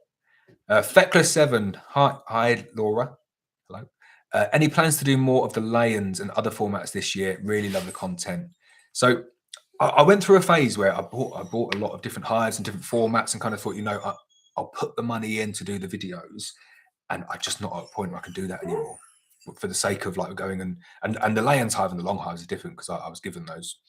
But the other formats, like going and buying different equipment just to do videos, I can't do it anymore. Can't justify it in the old bank account. So I'll do more. I'll do the ones that I already have and do different slants on those. So the Lions, the long hive, and the queen rearing nuke, and then any of the other formats that I've already got, but I probably won't be buying any new ones. It's interesting, the Lions hive one, because what I've got is not a pure Lions hive. And someone said to me 6 months ago, someone said, I bought a Lions hive, a Hyde Hives Lions hive, on the back of your recommendation for it. But I don't like it. And I'm a bit annoyed that you recommended it. And I looked back on the videos and I thought, I don't remember recommending this hive. Like I'm quite clear when I say people have given me this hive for free, and I'm going to do some videos on it and see how I like it. So just for the record, I don't like the Hyde Hives Lions hive. Don't like it. Don't like the format. Find it very, very difficult to use. I don't find it gives me any benefits over the long hive, and I got a lot of like disadvantages from using it. So for anybody thinking, oh, should I get a long hive? Should I get a queen rearing long hive? Should I get a Lions hive? If you're looking and you're insistent on getting something from that like range from Hyde Hives, definitely the queen rearing nuke. Like for me, that's something I've considered going and buying a few of those for myself, and moving all of my queen rearing operations over to those, because they are so good, so versatile. And when you actually do the maths on them as well, you've got 8 nukes. So if I'm going to go and buy 8 nukes from BS Honeybees now with the dividers in, you're probably talking like 70 quid per nuke. So it's like 560 quid for 8 of them, if I got my maths right. Well, I think it's 650 for the queen rearing nuke. Like the 8th nuke queen rearing nuke from Hyde hives. So there's not that much in it in terms of costs. But yeah, I'll be very clear and very honest when I'm doing videos, because people are giving me something for free or where I genuinely recommend them. But I will do more. I will do more of the content. Right. Christian says, have a question. What is your thoughts on how to add a second 10 frame box to expand brood early in spring? You don't have built combs. So all I would say is just like the bees will expand at the rate that they want to expand. Adding on another box is not going to make them expand any quicker. Adding another box on too early is going to make them expand slower, because they're going to have more space to heat up. I've been caught out on this, thinking, right, and I didn't do it with adding another brood box. I did it with adding supers, saying, right, I'm going to get my supers on right nice and early and make sure that the bees are going up and working them. And then it got so cold, I had to go and kind of go back round, tail between my legs, and take all the supers back off again. So what I would suggest more on there is that if you want to get them going early and the weather is good, stimulative feeding is a good way to go. 1-to-1 sugar syrup. If it's warm enough for them to take 1-to-1 sugar syrup, then feeding them 1-to-1 sugar syrup will speed up their growth 100%, because the queen will take that as a trigger that there's available nectar, and she will go and then lay a quicker rate, assuming that there is sufficient protein either in the hive or coming in the form of pollen. So you could combine it with pollen sub. And then once they've got to a point where they're kind of 80 or 90% full in the box, then you can take all the feeders off and go and put additional boxes on.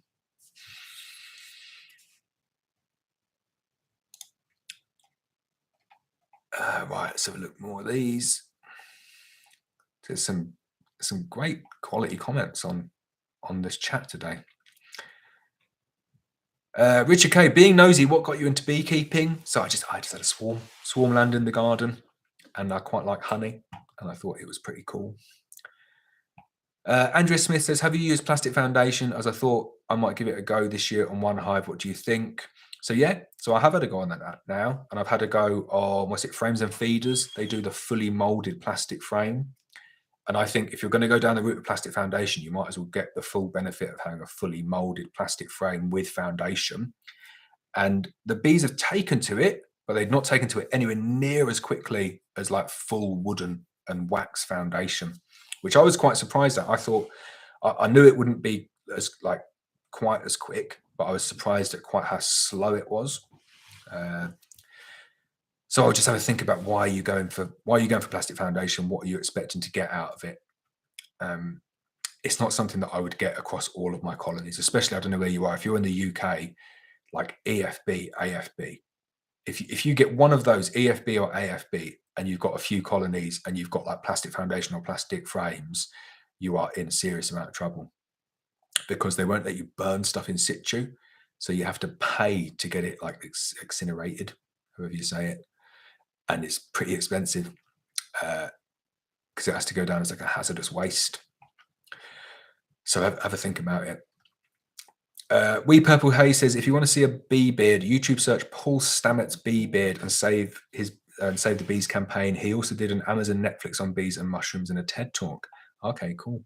That could be good. I do like a good bee beard. Arctic Beekeeping says, yes, if they remove the heather honey, they don't see the problem. We give them 18 to 22 litres of 2-to-1 sugar syrup in September. Right, that's really interesting. So it does seem to be like a combination of the two, doesn't it? What you need to do is take a colony with the heather honey and go and put it further south when they can get out and defecate outside of the hive and see if it's still giving it to them. It may well be like a certain type of heather honey that does have effects like that. But I've heard that before a number of times, saying don't overwinter your bees on heather honey because you get issues with dysentery. And I've never seen it, not once in a single hive. And they've overwintered better than any of the others.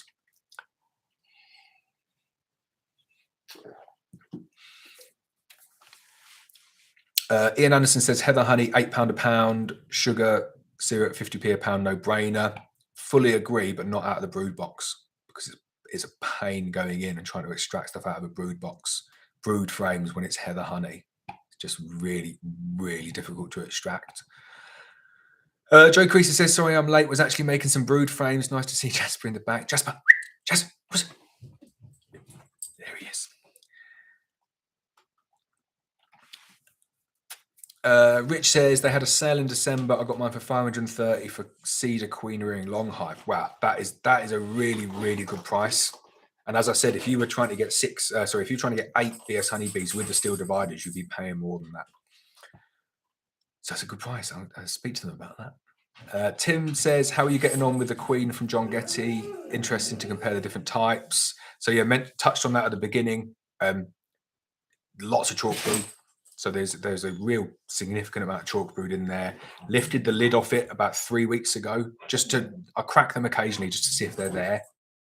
I know I shouldn't, but like they're in nicely insulated boxes, and just cracking it for 2 seconds and then strapping it back up again makes no difference. And you could not see a single bee. And I knocked on the box as I do sometimes, because you can like hear them buzz. Didn't hear a thing. I even tilted up the bottom of the box like that, and I couldn't see them. So they are either dead or they're doing what AMM do naturally, which is very, very small clusters over winter. But I'm really interested. I hope they do get through. And if they don't, I'll probably get another queen. But I am interested to do some comparisons with them. Like Jim Butler says, I'm a new beekeeper, got my colony last year and thinking of doing some cut comb honey this year. What is your opinion? Is the advantage of wired over unwired foundation? Keep up the great videos.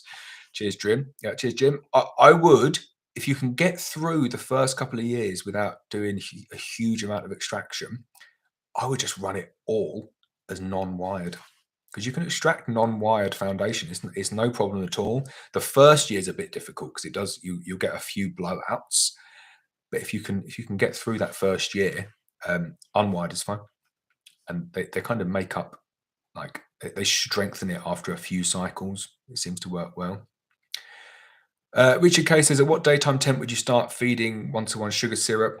So it's more like the temperature and the time of the year, because like we've had a really weird warm spell at the moment where it's like 12, 13 degrees outside, and the bees would take syrup when it's 12 to 13 degrees. But I definitely wouldn't feed them 1-to-1 now, because you're increasing, like putting too much moisture into the winter cluster. And then if you get a cold snap after that, and the bees are trying to cluster in with all that sugar syrup, wet sugar syrup around, it can cause issues. Definitely don't want that.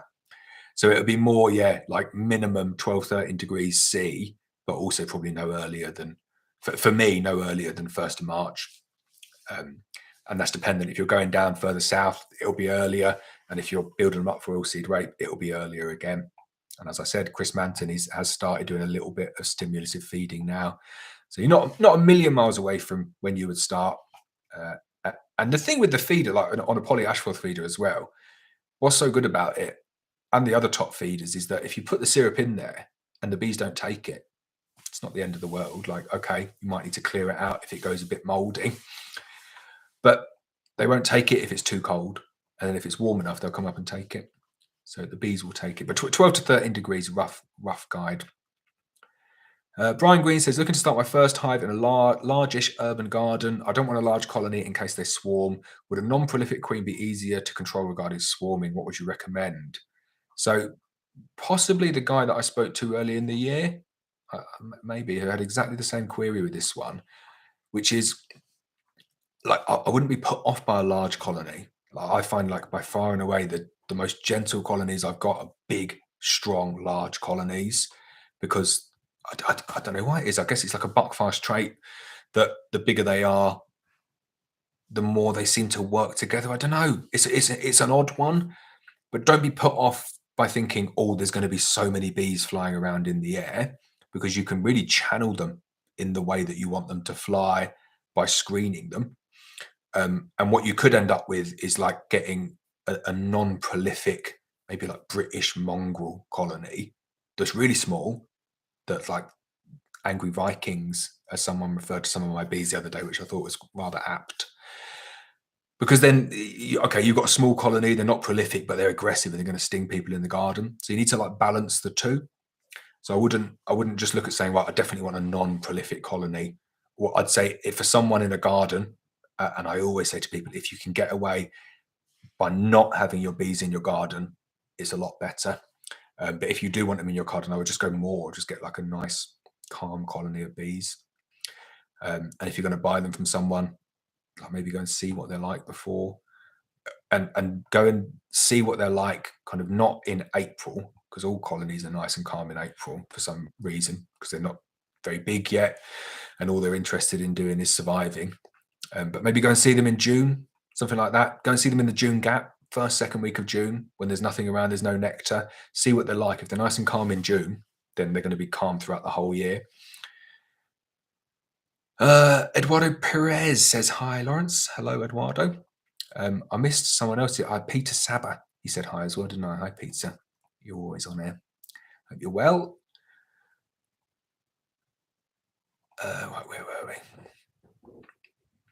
Right, Wee Purple Haze. Oh, sorry, you're chatting to someone else. Right, Lambrook Farm. Howdy from New Hampshire. Hello.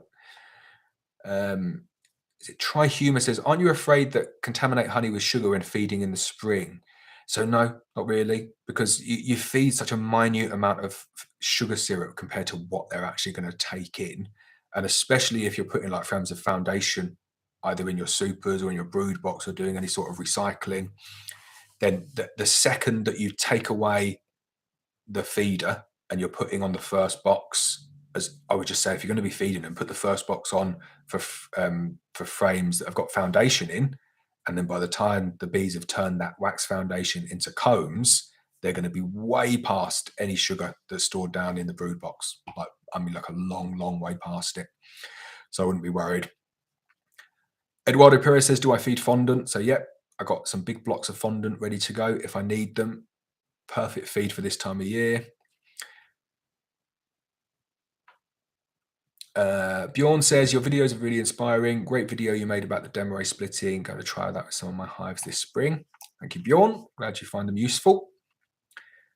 Boojar, I hope I'm saying that right. Always wondered, how big is your operation? Approximately how many honey producing colonies and how many nucs do you run? How do you manage all the work on your own? So I struggle to manage it all on my own. Around 100 full-size colonies and then like hundreds of nucs. And I really do struggle. Long nights in the summer, and in the winter it's not too bad. Lee says, is it okay that my bees are out flying today, even with fondant in the hive? Yeah, they'll just be going out like kind of cleansing flights and defecating and collecting water to break down the fondant, because they can't just eat the fondant. They do need water to break it down. Mokhtar says, I'm a new beekeeper since July last year. I'm guessing you're saying, when is the best time to do a split? So that is like the impossible question to answer, because I'm not sure where you are. So I'll answer it for the UK. I always think best time to do a split in the UK is like first, second week of May. And it seems a bit early, but if all you're interested in doing is making a split, do it that point in May. And it's like you almost get around the really difficult swarming part of the season. And then by the time the bees have built up from that split and you're past the June gap and you fed them through the June gap, you probably get a nice amount of honey from the summer crop. I did that like 3 or 4 years in a row and didn't get much honey at all, but like you could get some serious colonies on the go. Arctic Beekeeping says, need to add that because of the need to winterize on sugar syrup, we get back around 40 to 50% of the money we used on the sugar here in Norway. Oh, that's interesting. So it's like state subsidized. Is that what you're saying? That's very interesting if so. So it's 6:30. I'll keep on going until my wife and daughter get back. They've gone out for a girls' evening. But when they come back, I do have to go, because they are gonna, I think they want dinner on the table, to be perfectly honest. Right, McLuhan Family Bees and Honey. Regarding heather honey, we have a honey press from Thorns, but it's hard work doing about 30, 40 supers. Would you recommend a hydro press for the job or anything else? So I have the loosener and like a swing cage extractor from a bellow, and they are really good, but they're nowhere near as like easy as the hydro press. It's like a huge amount of work, because I only get 6 frames in my extractor, and then the loosening, you have to loosen each individual frame. Jazz, stop it.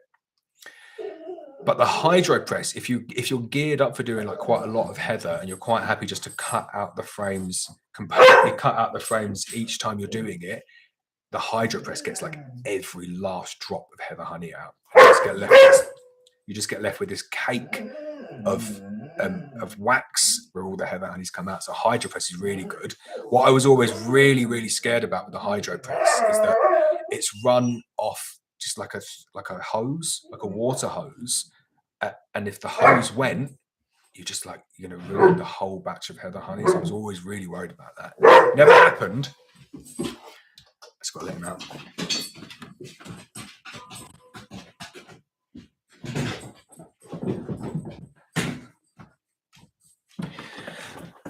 But I was always really worried about it. It's not a live stream without Jasper going wild in the background, is it?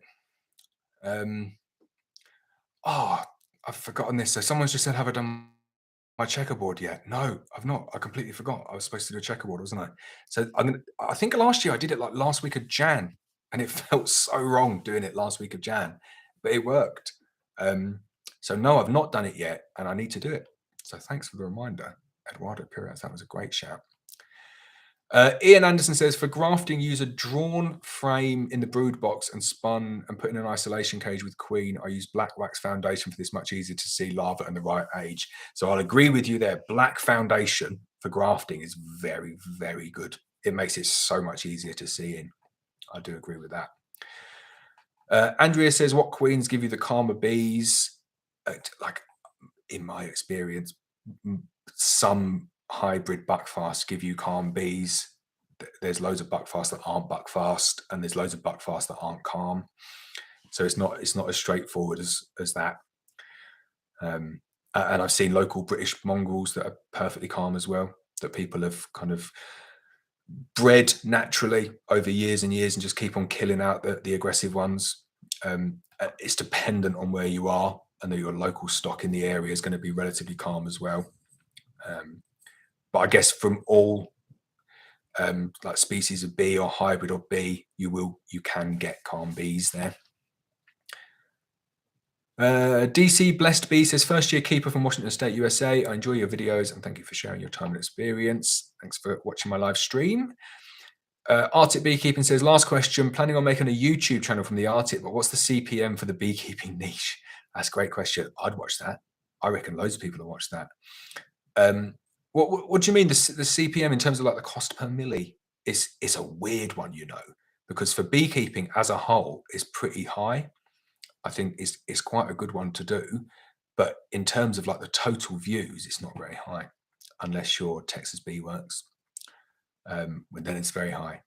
But I always get really interested by the CPM. So for people who don't know, like the CPM, they like advertisers pay on YouTube videos like to put adverts on certain videos, and they'll pay dependent on the demographic that are watching it, and they'll pay depending on like the demographic where they are in the world, and then the type of videos. So what's really interesting is, like, for me, American people watching my channel, I earn a lot more on their adverts than I do for like English people. So people from the United Kingdom, it's probably about like 100% more from the USA. And I don't earn much from ads at all, but it's just interesting to see the differences. And then Ireland, pennies. Don't earn, people from Ireland, you don't earn anything from their adverts. Number one at the moment is Croatia. Random fact for you there. Right, we'll get back to beekeeping. Andrea says, how do you recycle your wax if they get damaged when spitting out the honey? So I have a wax cappings press. So anything that gets damaged just gets cut out. It goes through the wax cappings press. I recycle all the honey out of it, and then we melt down all the wax cappings at the end of the year. James Crouch says he'd love to see bear-proof hives. That would be cool. And you can see why these channels get better views, can't you? Andrea says she's from Portsmouth, but have been to your house to collect a queen with my friend Linda that lives near you. Thanks for some great videos and help. It's much appreciated. No problem, Andrea. I think your friend lives in Bulchgwyn. Excuse my pronunciation, but that would make sense to me. And wow, I'm down to the bottom. This is great. So the first one, James Joe Chris says, no offense, but in my opinion, not as good as looking as the Texas lady. It's true. It's definitely true. If anyone's not seen what's happened to her channel recently, it's pretty crazy. She's got like 450,000 subscribers now and is getting like 30 or 40 million views a month, which is, I'm not going to lie, I'm very jealous, but fair play to her. So we've come to the end in that there's no more questions, but my wife will be back relatively soon, so I will stay around for another 5 minutes, 10 minutes. Richard's asking, who is this Texas lady beekeeper? So Google it. Texas Bee Works. It's cool. Like I'm not gonna anything against her at all. Like I think it's like fair play to her. She's built a really strong following of people. A lot of people say that her videos are staged, and where am I on that? Her videos are definitely staged, 100%, because it's amazing. She goes in with like no bee suit into like a cupboard, like a closet where, oh, there's a nuke of bees in a closet, so she's just going to save them. Okay, who's put a nuke of bees in a closet somewhere? And then sometimes in some of the videos, you see people like passing her stuff. It's quite clearly staged, but come on, it's YouTube. Like loads of stuff staged on YouTube, isn't it? But as I said, I'm just horrifically jealous of her. But I quite like it. I think she's good. Yeah, she has. She's been on Joe Rogan, which shows how successful she's been. Dan says, when's the next session? There will definitely be a next session a little bit soon. I won't do them every couple of weeks, but I'll try and do like one every 6 weeks or something. Do we have a problem with fake artificial honey there in the UK? Well, ask the supermarkets. No, they said absolutely no problem with it whatsoever. I would suggest that there is quite a significant problem with a pound of honey costing 69p in Aldi, because I struggle to buy the jars for much less than that. And this is stuff that's flown in from China. One more question about the heather honey. What size hydro press would you recommend for honey? So just get the biggest one you possibly can. Because if it's small, it's a bit tedious. What you want to do is just keep on scraping it in and then do as few cycles as possible with like inflating the bladder. And it starts to naturally come out anyway. So I think we had a 50-litre one. You don't need much bigger than 50-litre. And I think they do a 30-litre one as well. 30-litre one should be fine. I'm glad people are saying about the content thing. Thank you very much. I'm just jealous in terms of the numbers and the views she gets. But yeah, she's good. I like her. Some people really don't like her and really like slag her off and say, I can't believe it, it's so fake. And I'm just like, you can't argue with the success. DC Blessed Bee says, I would be upset if I was a female YouTube beekeeper. Try finding other female keepers channels to watch. There is a bit of that. There's not many. They do tend to do well. So the Honeystead as well is another female beekeeping channel that's done very well this year. Gem League says, compilation of stings to the face video needed. I did a couple of them and they didn't do as well as I thought, but you know, I will continue to get stung in the face regularly. James Crouch says, all I need is my swimsuit. Yeah, you definitely don't want to see that. Arctic Beekeeping says, do you have any YouTube starting tips when doing beekeeping? Just keep on posting loads of videos. That's always good. I'm going to really try something very different with my videos this year. And it's difficult because some people really like the long videos. So like there's some videos like queen rearing ones that's like half an hour long. Some of the demo ray ones are like half an hour long. And some people are just say that's far, far too long. And then some people like a really condensed down, quick 5-minute video, like really fast paced with loads of stuff in. YouTube likes that style of video as well. So they tend to do better. So I think I'll be doing more this year of like the condensed ones. Unfortunately, what people will definitely realize this year is I'm not going to be posting anywhere near as much content as I previously did. So last year I posted from like April through to October, maybe like September, October, I posted a video every single day, brand new video every single day, plus shorts. So this year I just can't keep up to that kind of schedule because I've got way too much other stuff going on. So it's probably going to do like 1 or 2 videos a week And I'll still do the same thing, which is I'll film maybe like 10 videos a day, and they'll go on the membership section, and then they'll be drip fed through. But I've decided I'm going to go and play a bit of golf, and I'm going to do some other stuff as well, because it becomes a bit too difficult just doing bees all the time. And it's supposed to be fun, so I'm trying to break it up a little bit. You'll still get lots of videos and they'll be shorter, so I'm hoping that there'll be more. I'm going to do some more series. I'm kind of running dry really on ideas for series. There needs to be something that's like quite easy to film and that is progressive, so it's not just a case of like something, oh yeah, doing another inspection. So if you have any ideas of cool series to do that don't cost me loads of money, then stick them in the chat. That'd be good. Amateur Radio on the Air says, how much actual honey does non-EU require to be called honey in the UK supermarkets? I don't know, but there is a rule about that, about like how much you have to put into for it to be blended. But I think what you can just put in, even if it's like a 10% EU and then 90% non-EU, I think all you need to say is, all they say on it is that it's made from a blend of EU and non-EU countries, regardless of the split, is my understanding. But we don't import honey from the EU or the non-EU. Oh, Rich, yeah, I've been stung this year. Yeah, I'd never put my bee suit on this time of year, and I'm always like chiseling boxes open, have a little quick look, and then bang, they get you in the eye. Always. Ash says my content is more informative. Her content is massive clickbait. Yeah, I'm sorry if some of my stuff is a bit clickbaity. It's difficult to keep it going over winter. And I'll put the advert in there again. Like, I want to use the channel for cool videos, and I do think like I know not everyone wants to hear this, but the future of YouTube is partly the shorts platform.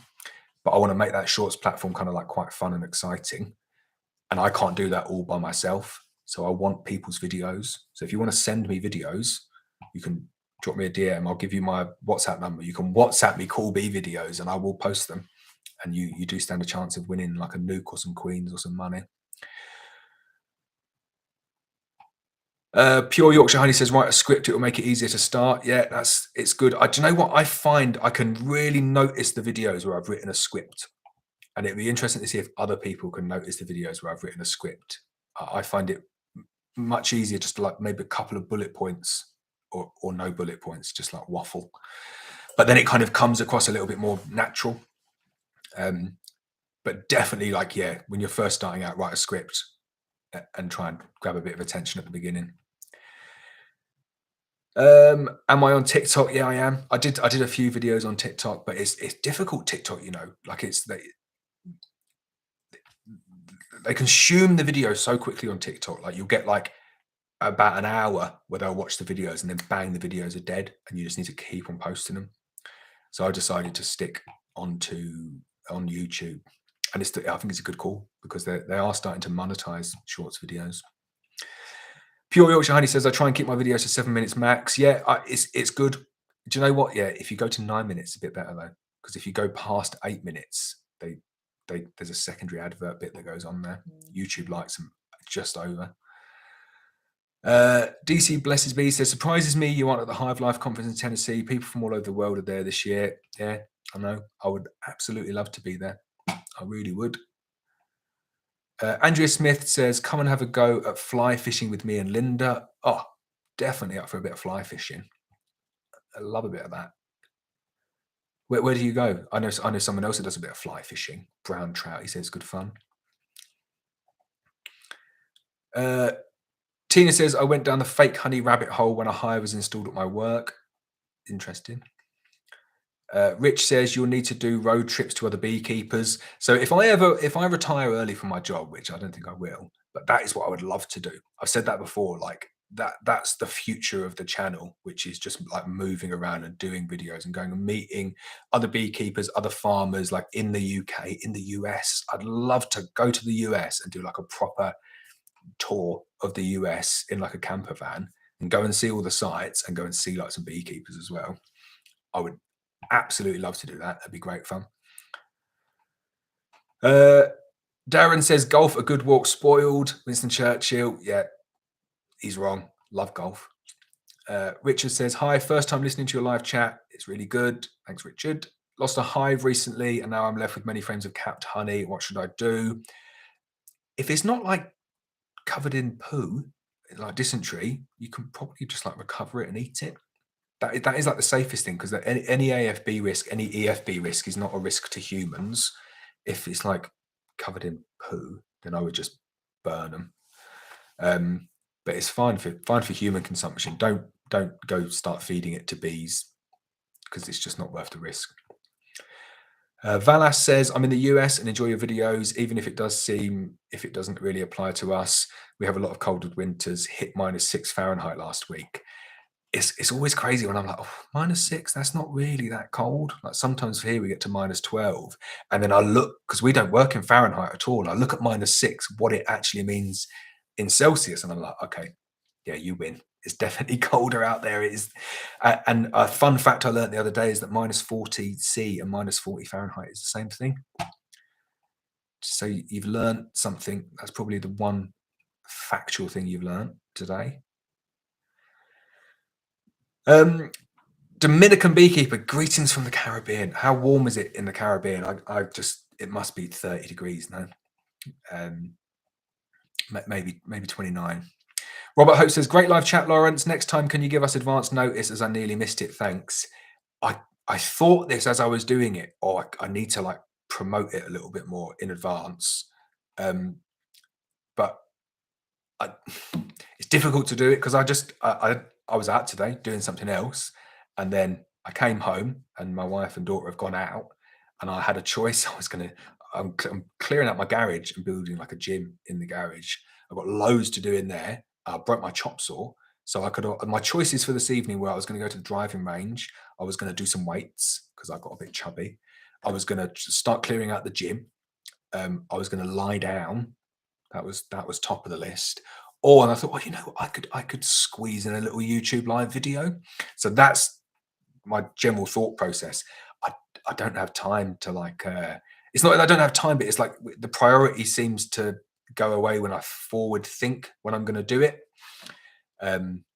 So I will try to plan it in a little bit next time. Richard says, is Richard with you this season? So no, that was the best miscommunication ever. So I spoke to Richard at the end of the year and said, well, what happened? Like you never got in contact. And he said, oh, I thought you were going to get in contact with me. And I said, yeah, he didn't really discuss who was going to get in contact with who, did we? And that was it, like 6 months later, and I just didn't have any help. So he might do. Do you know what?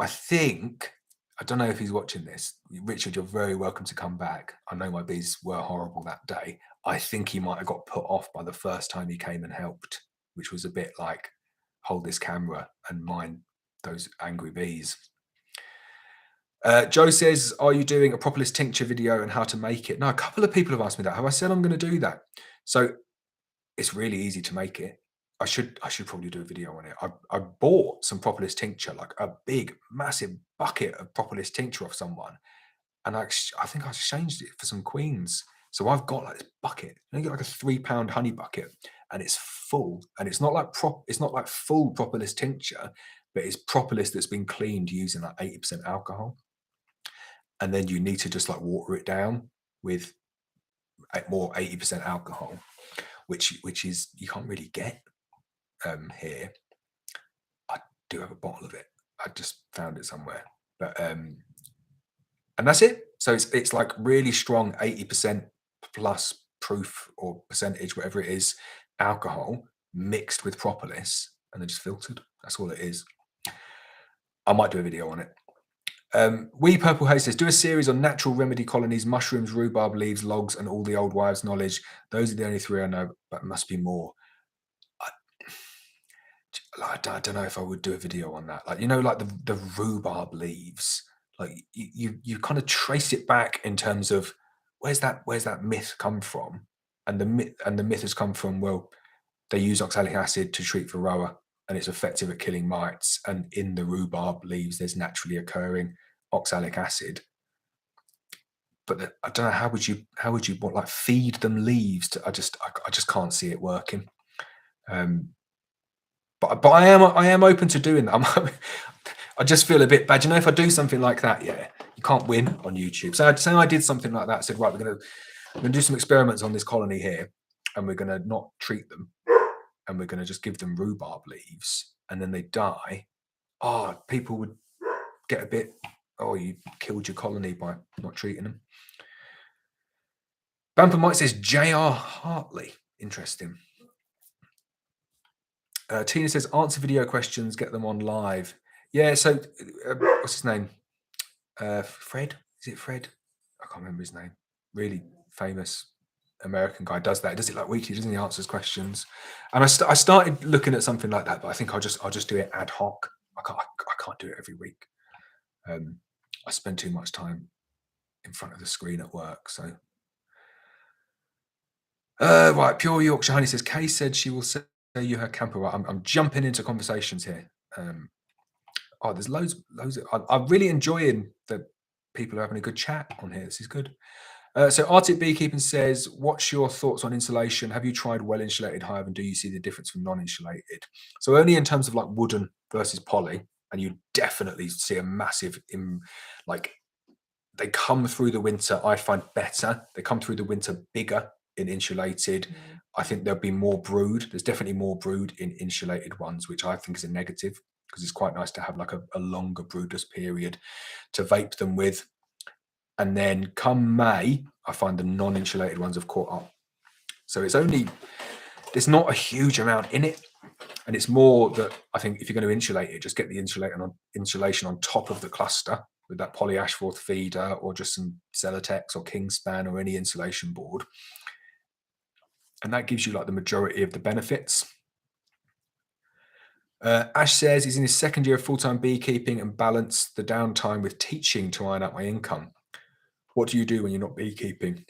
So I'm a project manager in the nuclear industry. Rob Rees says, with temps so mild in South Wales, I'm tempted to feed 2 to 1. Would you advise this? Only if they need it. Like I found, and this is something that I really found, people say in the winter, all you should be doing is hefting your hives, see if they've got enough weight in them.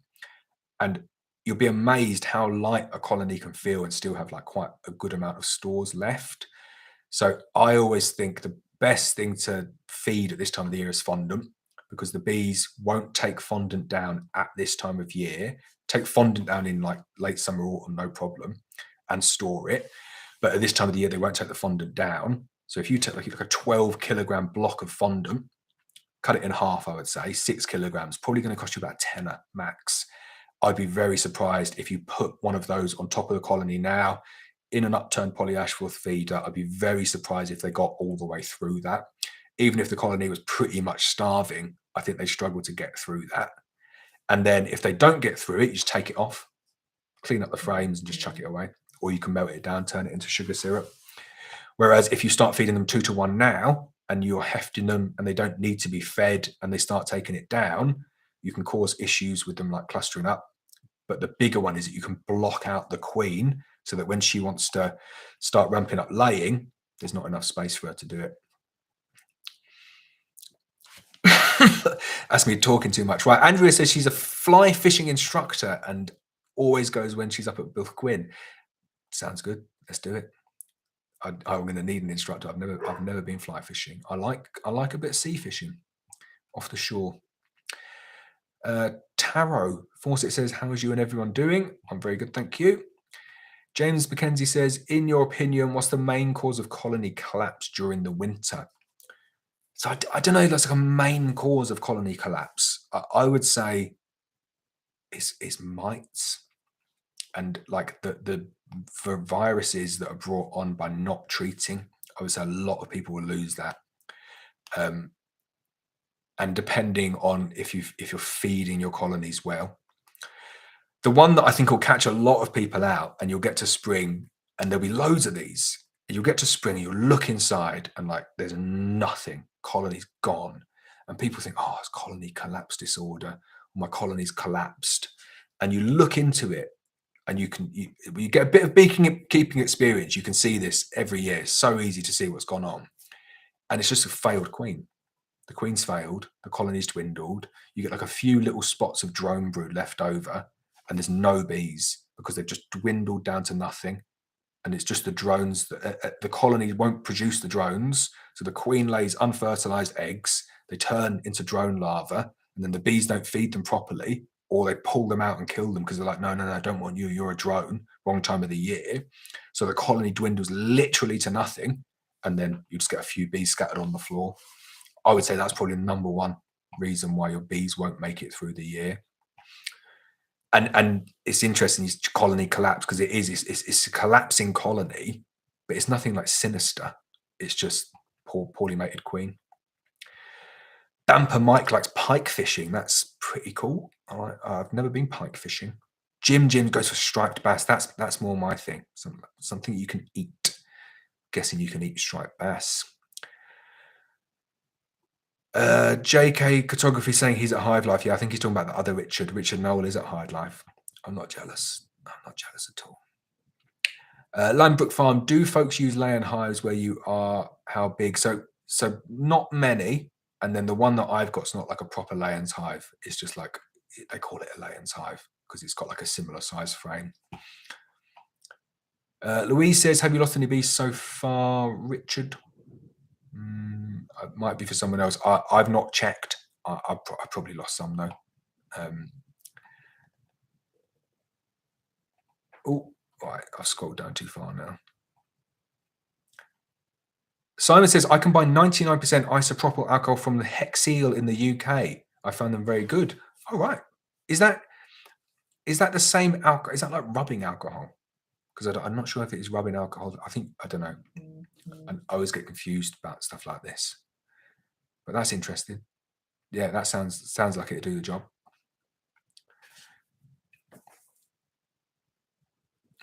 So Rich says, do a video on someone getting started with a nuke with no experience at all close to your location. So that would be a good video, but it's pretty similar to the My First Nuke series, but also it's like the logistics of trying, it needs to be something that I can just go and do, a video that I can just go and record, because my time's so busy doing other stuff, working, that to do it week on week, I need to get the commitment from someone else to film them. Lambrook Farm says Fred Dunn. That's it. It was Fred Dunn. Yeah. This is something interesting about Fred Dunn, and it's not interesting at all. I just found it quite interesting. Do you know when you see someone on a screen, you kind of get like, you think, oh, don't know, that's what they look like on screen. I saw a picture of him like last year at Hive Life conference, standing next to someone else, and oh man, he's well small, like barely over 5 foot, I reckon. I'm gonna guess like 5'3". I couldn't get over how small he was. Taro says, what would happen if you poke the leaves, then mix your sugar mix feed with them? You're like, I get what you're saying, but I got like, you can get apibioxyl, which is like pure oxalic acid that's proven to be really effective. And it's the same active ingredient that's in the rhubarb leaves that I think that you'd need like millions of leaves to make it work. Joe Creaser says, yeah, isopropyl is not the best. You need food grade ethanol. Yeah, so this is what my thought was. It needs to be food grade. The people who make gin buy this. That's where you get it from. They buy it in like big LBCs. What do they call them in the US? Like a tote. They buy it in the tote. And then they water it down to make like gin and vodka and stuff. That's the one you need. But you need a license for it. JK Photography says, did you ever get the instant VAP? If so, how did you get on with it and what temperature settings did you use? So yes, I did get the instant VAP, and no, I've not taken it out of the box yet, but I will do some videos on it. Dominican Beekeeper says, how many times do you harvest honey per year? So I used to do twice a year. I did a spring harvest and then a feed and then a summer harvest. And I don't do that anymore. I just do one at the end of the year now. And it makes it a lot easier. But you potentially can lose all of your spring crop if you don't get the right weather. And it means come the end of the year, it's quite tiring doing your inspections because you're lifting lots of heavy boxes every time. Arctic Beekeeping says goodbye. Thanks, Arctic Beekeeping. Good questions. Valas Homer says, what is the benefit of using the bottom entrance on your bottom boards? I'm not sure. I don't know. Not sure about that one. I use a bottom entrance on my bottom boards? I'm not sure. Right, Steve says, when do you plan to have queens for sale? So first queens will be here pretty much first week of April. I've put it on the website a week after that, but if they come early, we'll send them out early. Oh, that's very nice. It's like I've made you say that, Steve Bees. He says, purchased queens off me last year and he's very impressed. I have to say, I've been very impressed with the queens that we've been getting. Like I've used loads of them myself, very impressed. And the feedback that we've been getting, if you go on our website, look at the feedback, huge amount of very, very happy customers. So I'm really glad that we've secured a good agreement with our breeder out in Malta. Yeah, so Bamper might say in June earlier. So we have imported queens and then we do our own queens as well. So the imported ones first week of April, and then they'll be on tap throughout the whole year. And then our own ones, yeah, June, maybe last week of May. Pure Yorkshire Honey says, if you were to start over, what type of hive would you use? National, Langstroth, etc. So it's a really difficult one to answer that, because if some bee farmers are just interested in honey, that's it. That's all they want to do is honey, and they're not fussed about selling nucs. I've always said, for me and anyone who's not in that situation where you're just going for honey, always go with the most standardized setup that you can get, which in the UK is a national. So I don't like the national setup. I much prefer the Langstroth setup.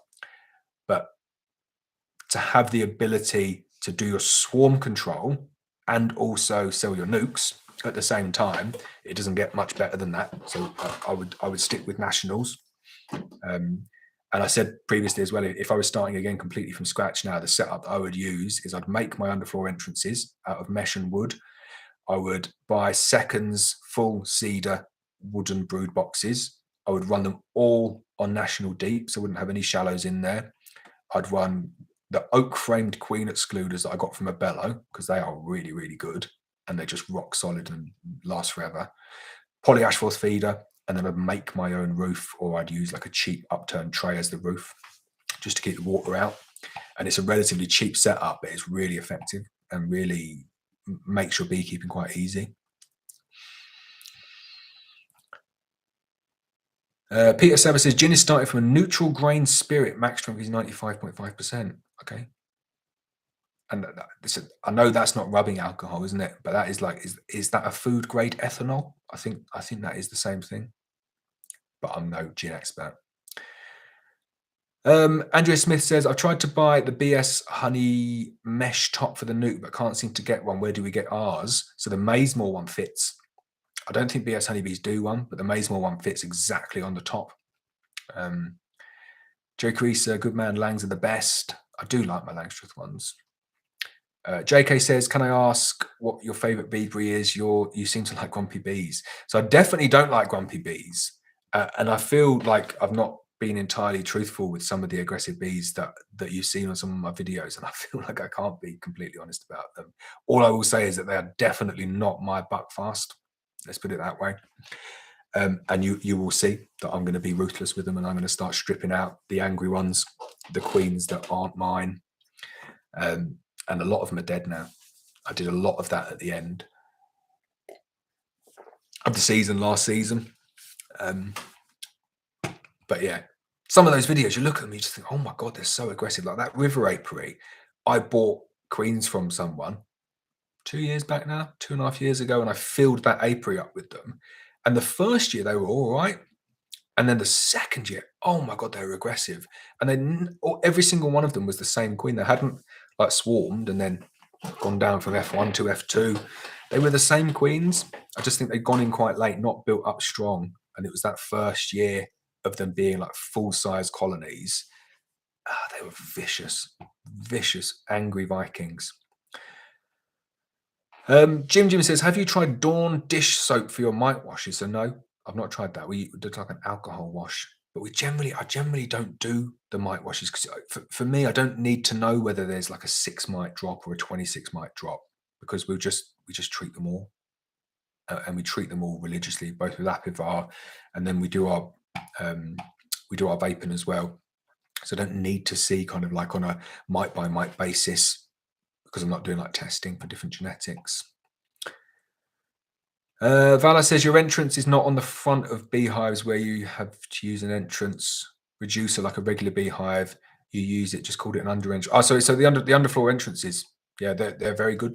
The underfloor entrances, they're not like I've never sold these or as the completely eliminate wasps. Just make it a little bit more difficult for wasps to get in.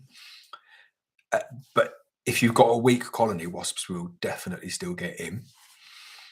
It's all about keeping nice, big, strong colonies. Gwee says, I'm in Wiltshire, UK. Is it still too early to look in the hive, or is it best to keep them locked up? So, you know, like the textbook answer there is don't look inside. It's too early. If you open them, you lose all of the heat. But I'm like everyone else. It's a kind of case like if I'm up at the apiary, I'll crack a couple open. But just be quick. Don't like take the box off and stand there looking at them, taking photographs. But see, with me, what people say a lot of the times are you're breaking the seal though, and then it makes it less efficient.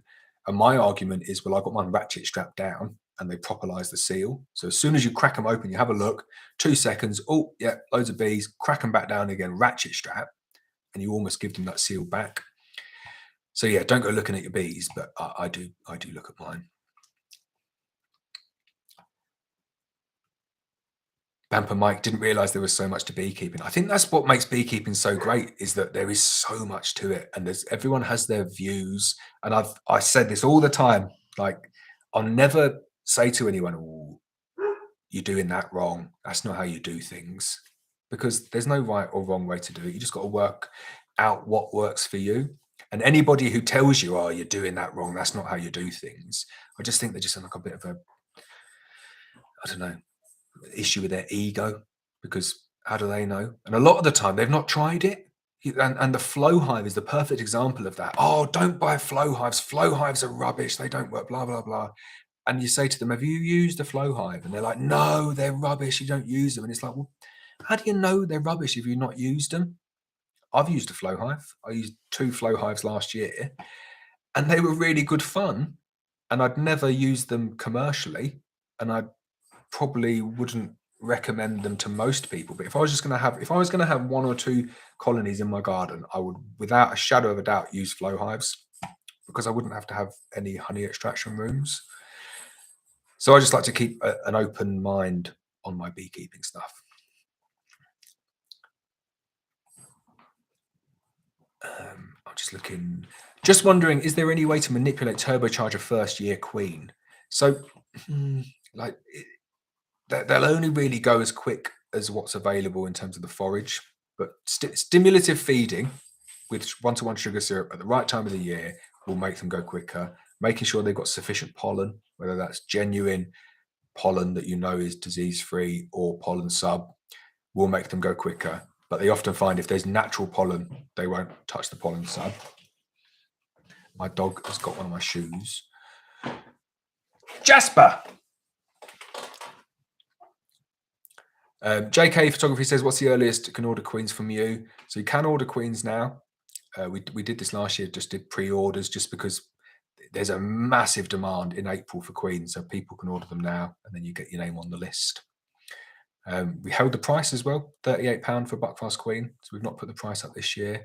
The postage has gone up about £1.50 though, because Royal Mail have just put loads of the prices up. Langstrath Nucs sold out already of Langstrath Nucs. We made 30 Langstrath Nucs and we sold out like before Christmas. But I've set up a waiting list for them, because I will do some more. But I'm not taking any more orders for them now. And there's not that many national Nucs left either. So if you are interested in ordering those, you can have a look on there, but they will sell out relatively soon. Pure Yorkshire Honey says, we want to do heather honey this year for the first time. Any tips on how many supers is it possible to over super? So that's, do you know what? That's a great question. So I know a couple of beekeepers in Yorkshire last year who said the year before that was like the best year they'd ever had. And then lots of them didn't go up to the heather this year. So in 2022, because you're only really supposed to get like 1 good year out of every 10. So sod's law, they didn't go. And the 2022 was like 300% what 2021 was for these farmers. They said it was insane, the amount of heather honey that they got. So Do you go to Yorkshire Moors next year to try and get heather? I'd say probably no, but you could do.